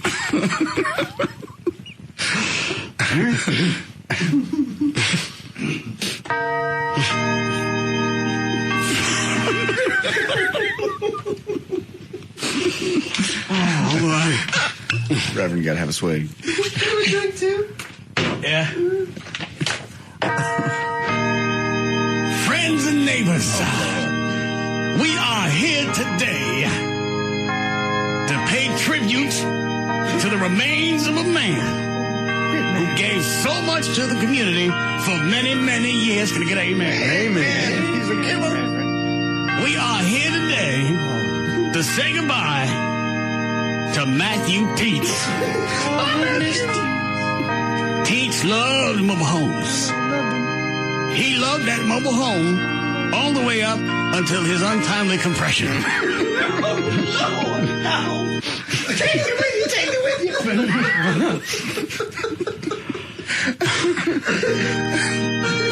For you see, he was relaxing in his spacious double-wide domicile, wearing his D-cup toughskins and his halter top to protect him, enjoying an evening reading his favorite book, Moby Dick. Loved it well. Oh, he loved that dick.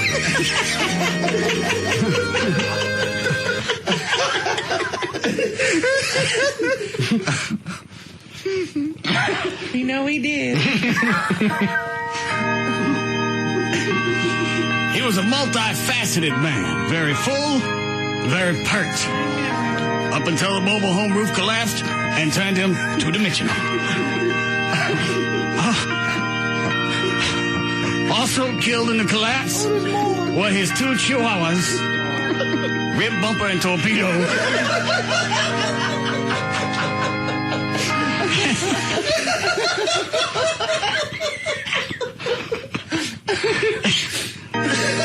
And his prize parakeet, Titty Bird.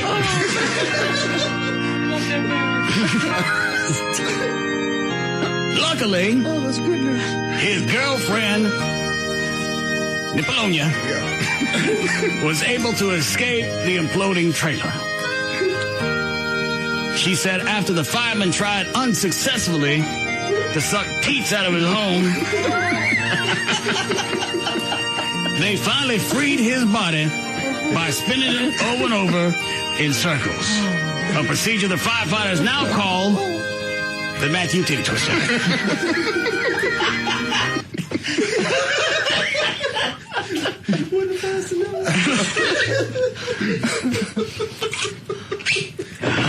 Can we start again? You know.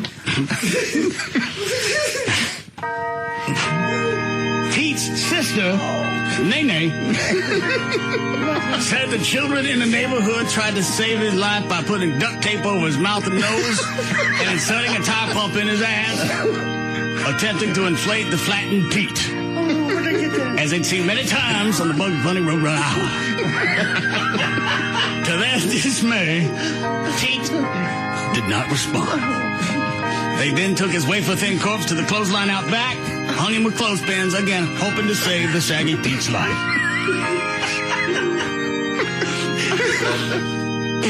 Matthew Teets was always close to his family. He lived in a trailer park with his entire family. Mama Teets next door, his sister to the right, behind him his retarded brother, the Hind Teet, and his half-black cousin, Buck Teet.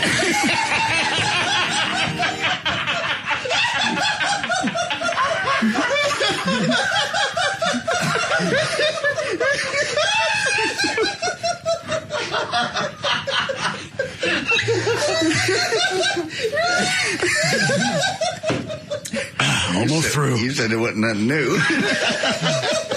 Yeah, I slipped in the wood pile.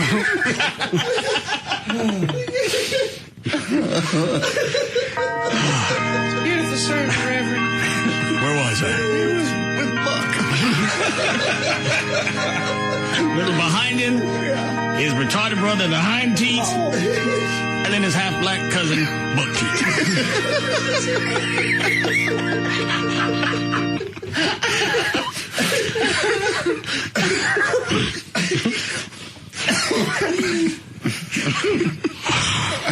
Was there any more? No, that was the entire plan.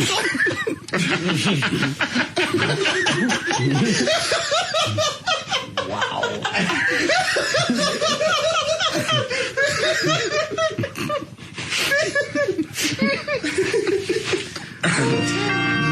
Actually, Buck Teat lived in a cul-de-sac. What? What? He lived in a cul-de-sac? It was an okay circle.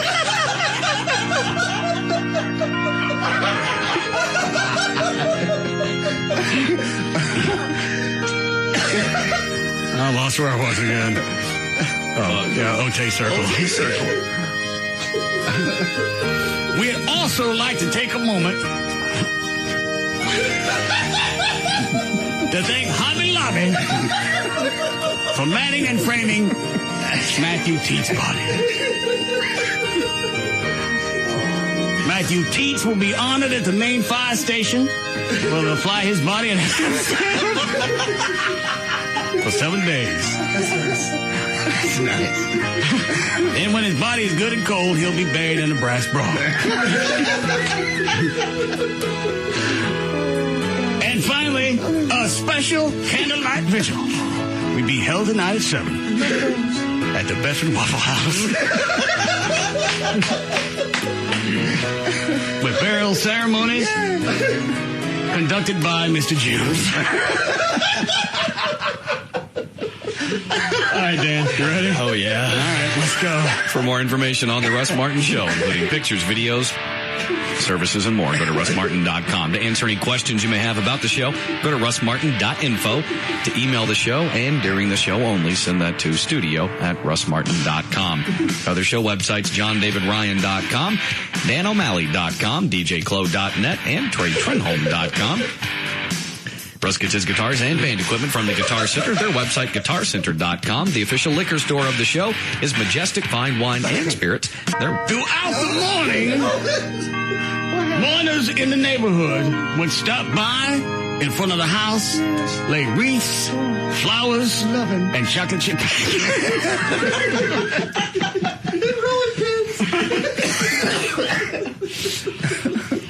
Sorry. Majestic Fine Wine and Spirits. Their website, majesticliquors.com. The official airline of The Russ Martin Show is Southwest Airlines. Their website, southwest.com. And the official site for Live 105.3 is live1053.com. All right, see you guys tomorrow. See you. Bye.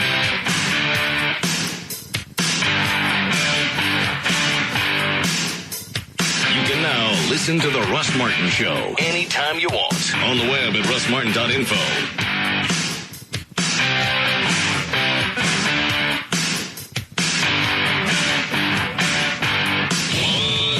Russ Martin Show.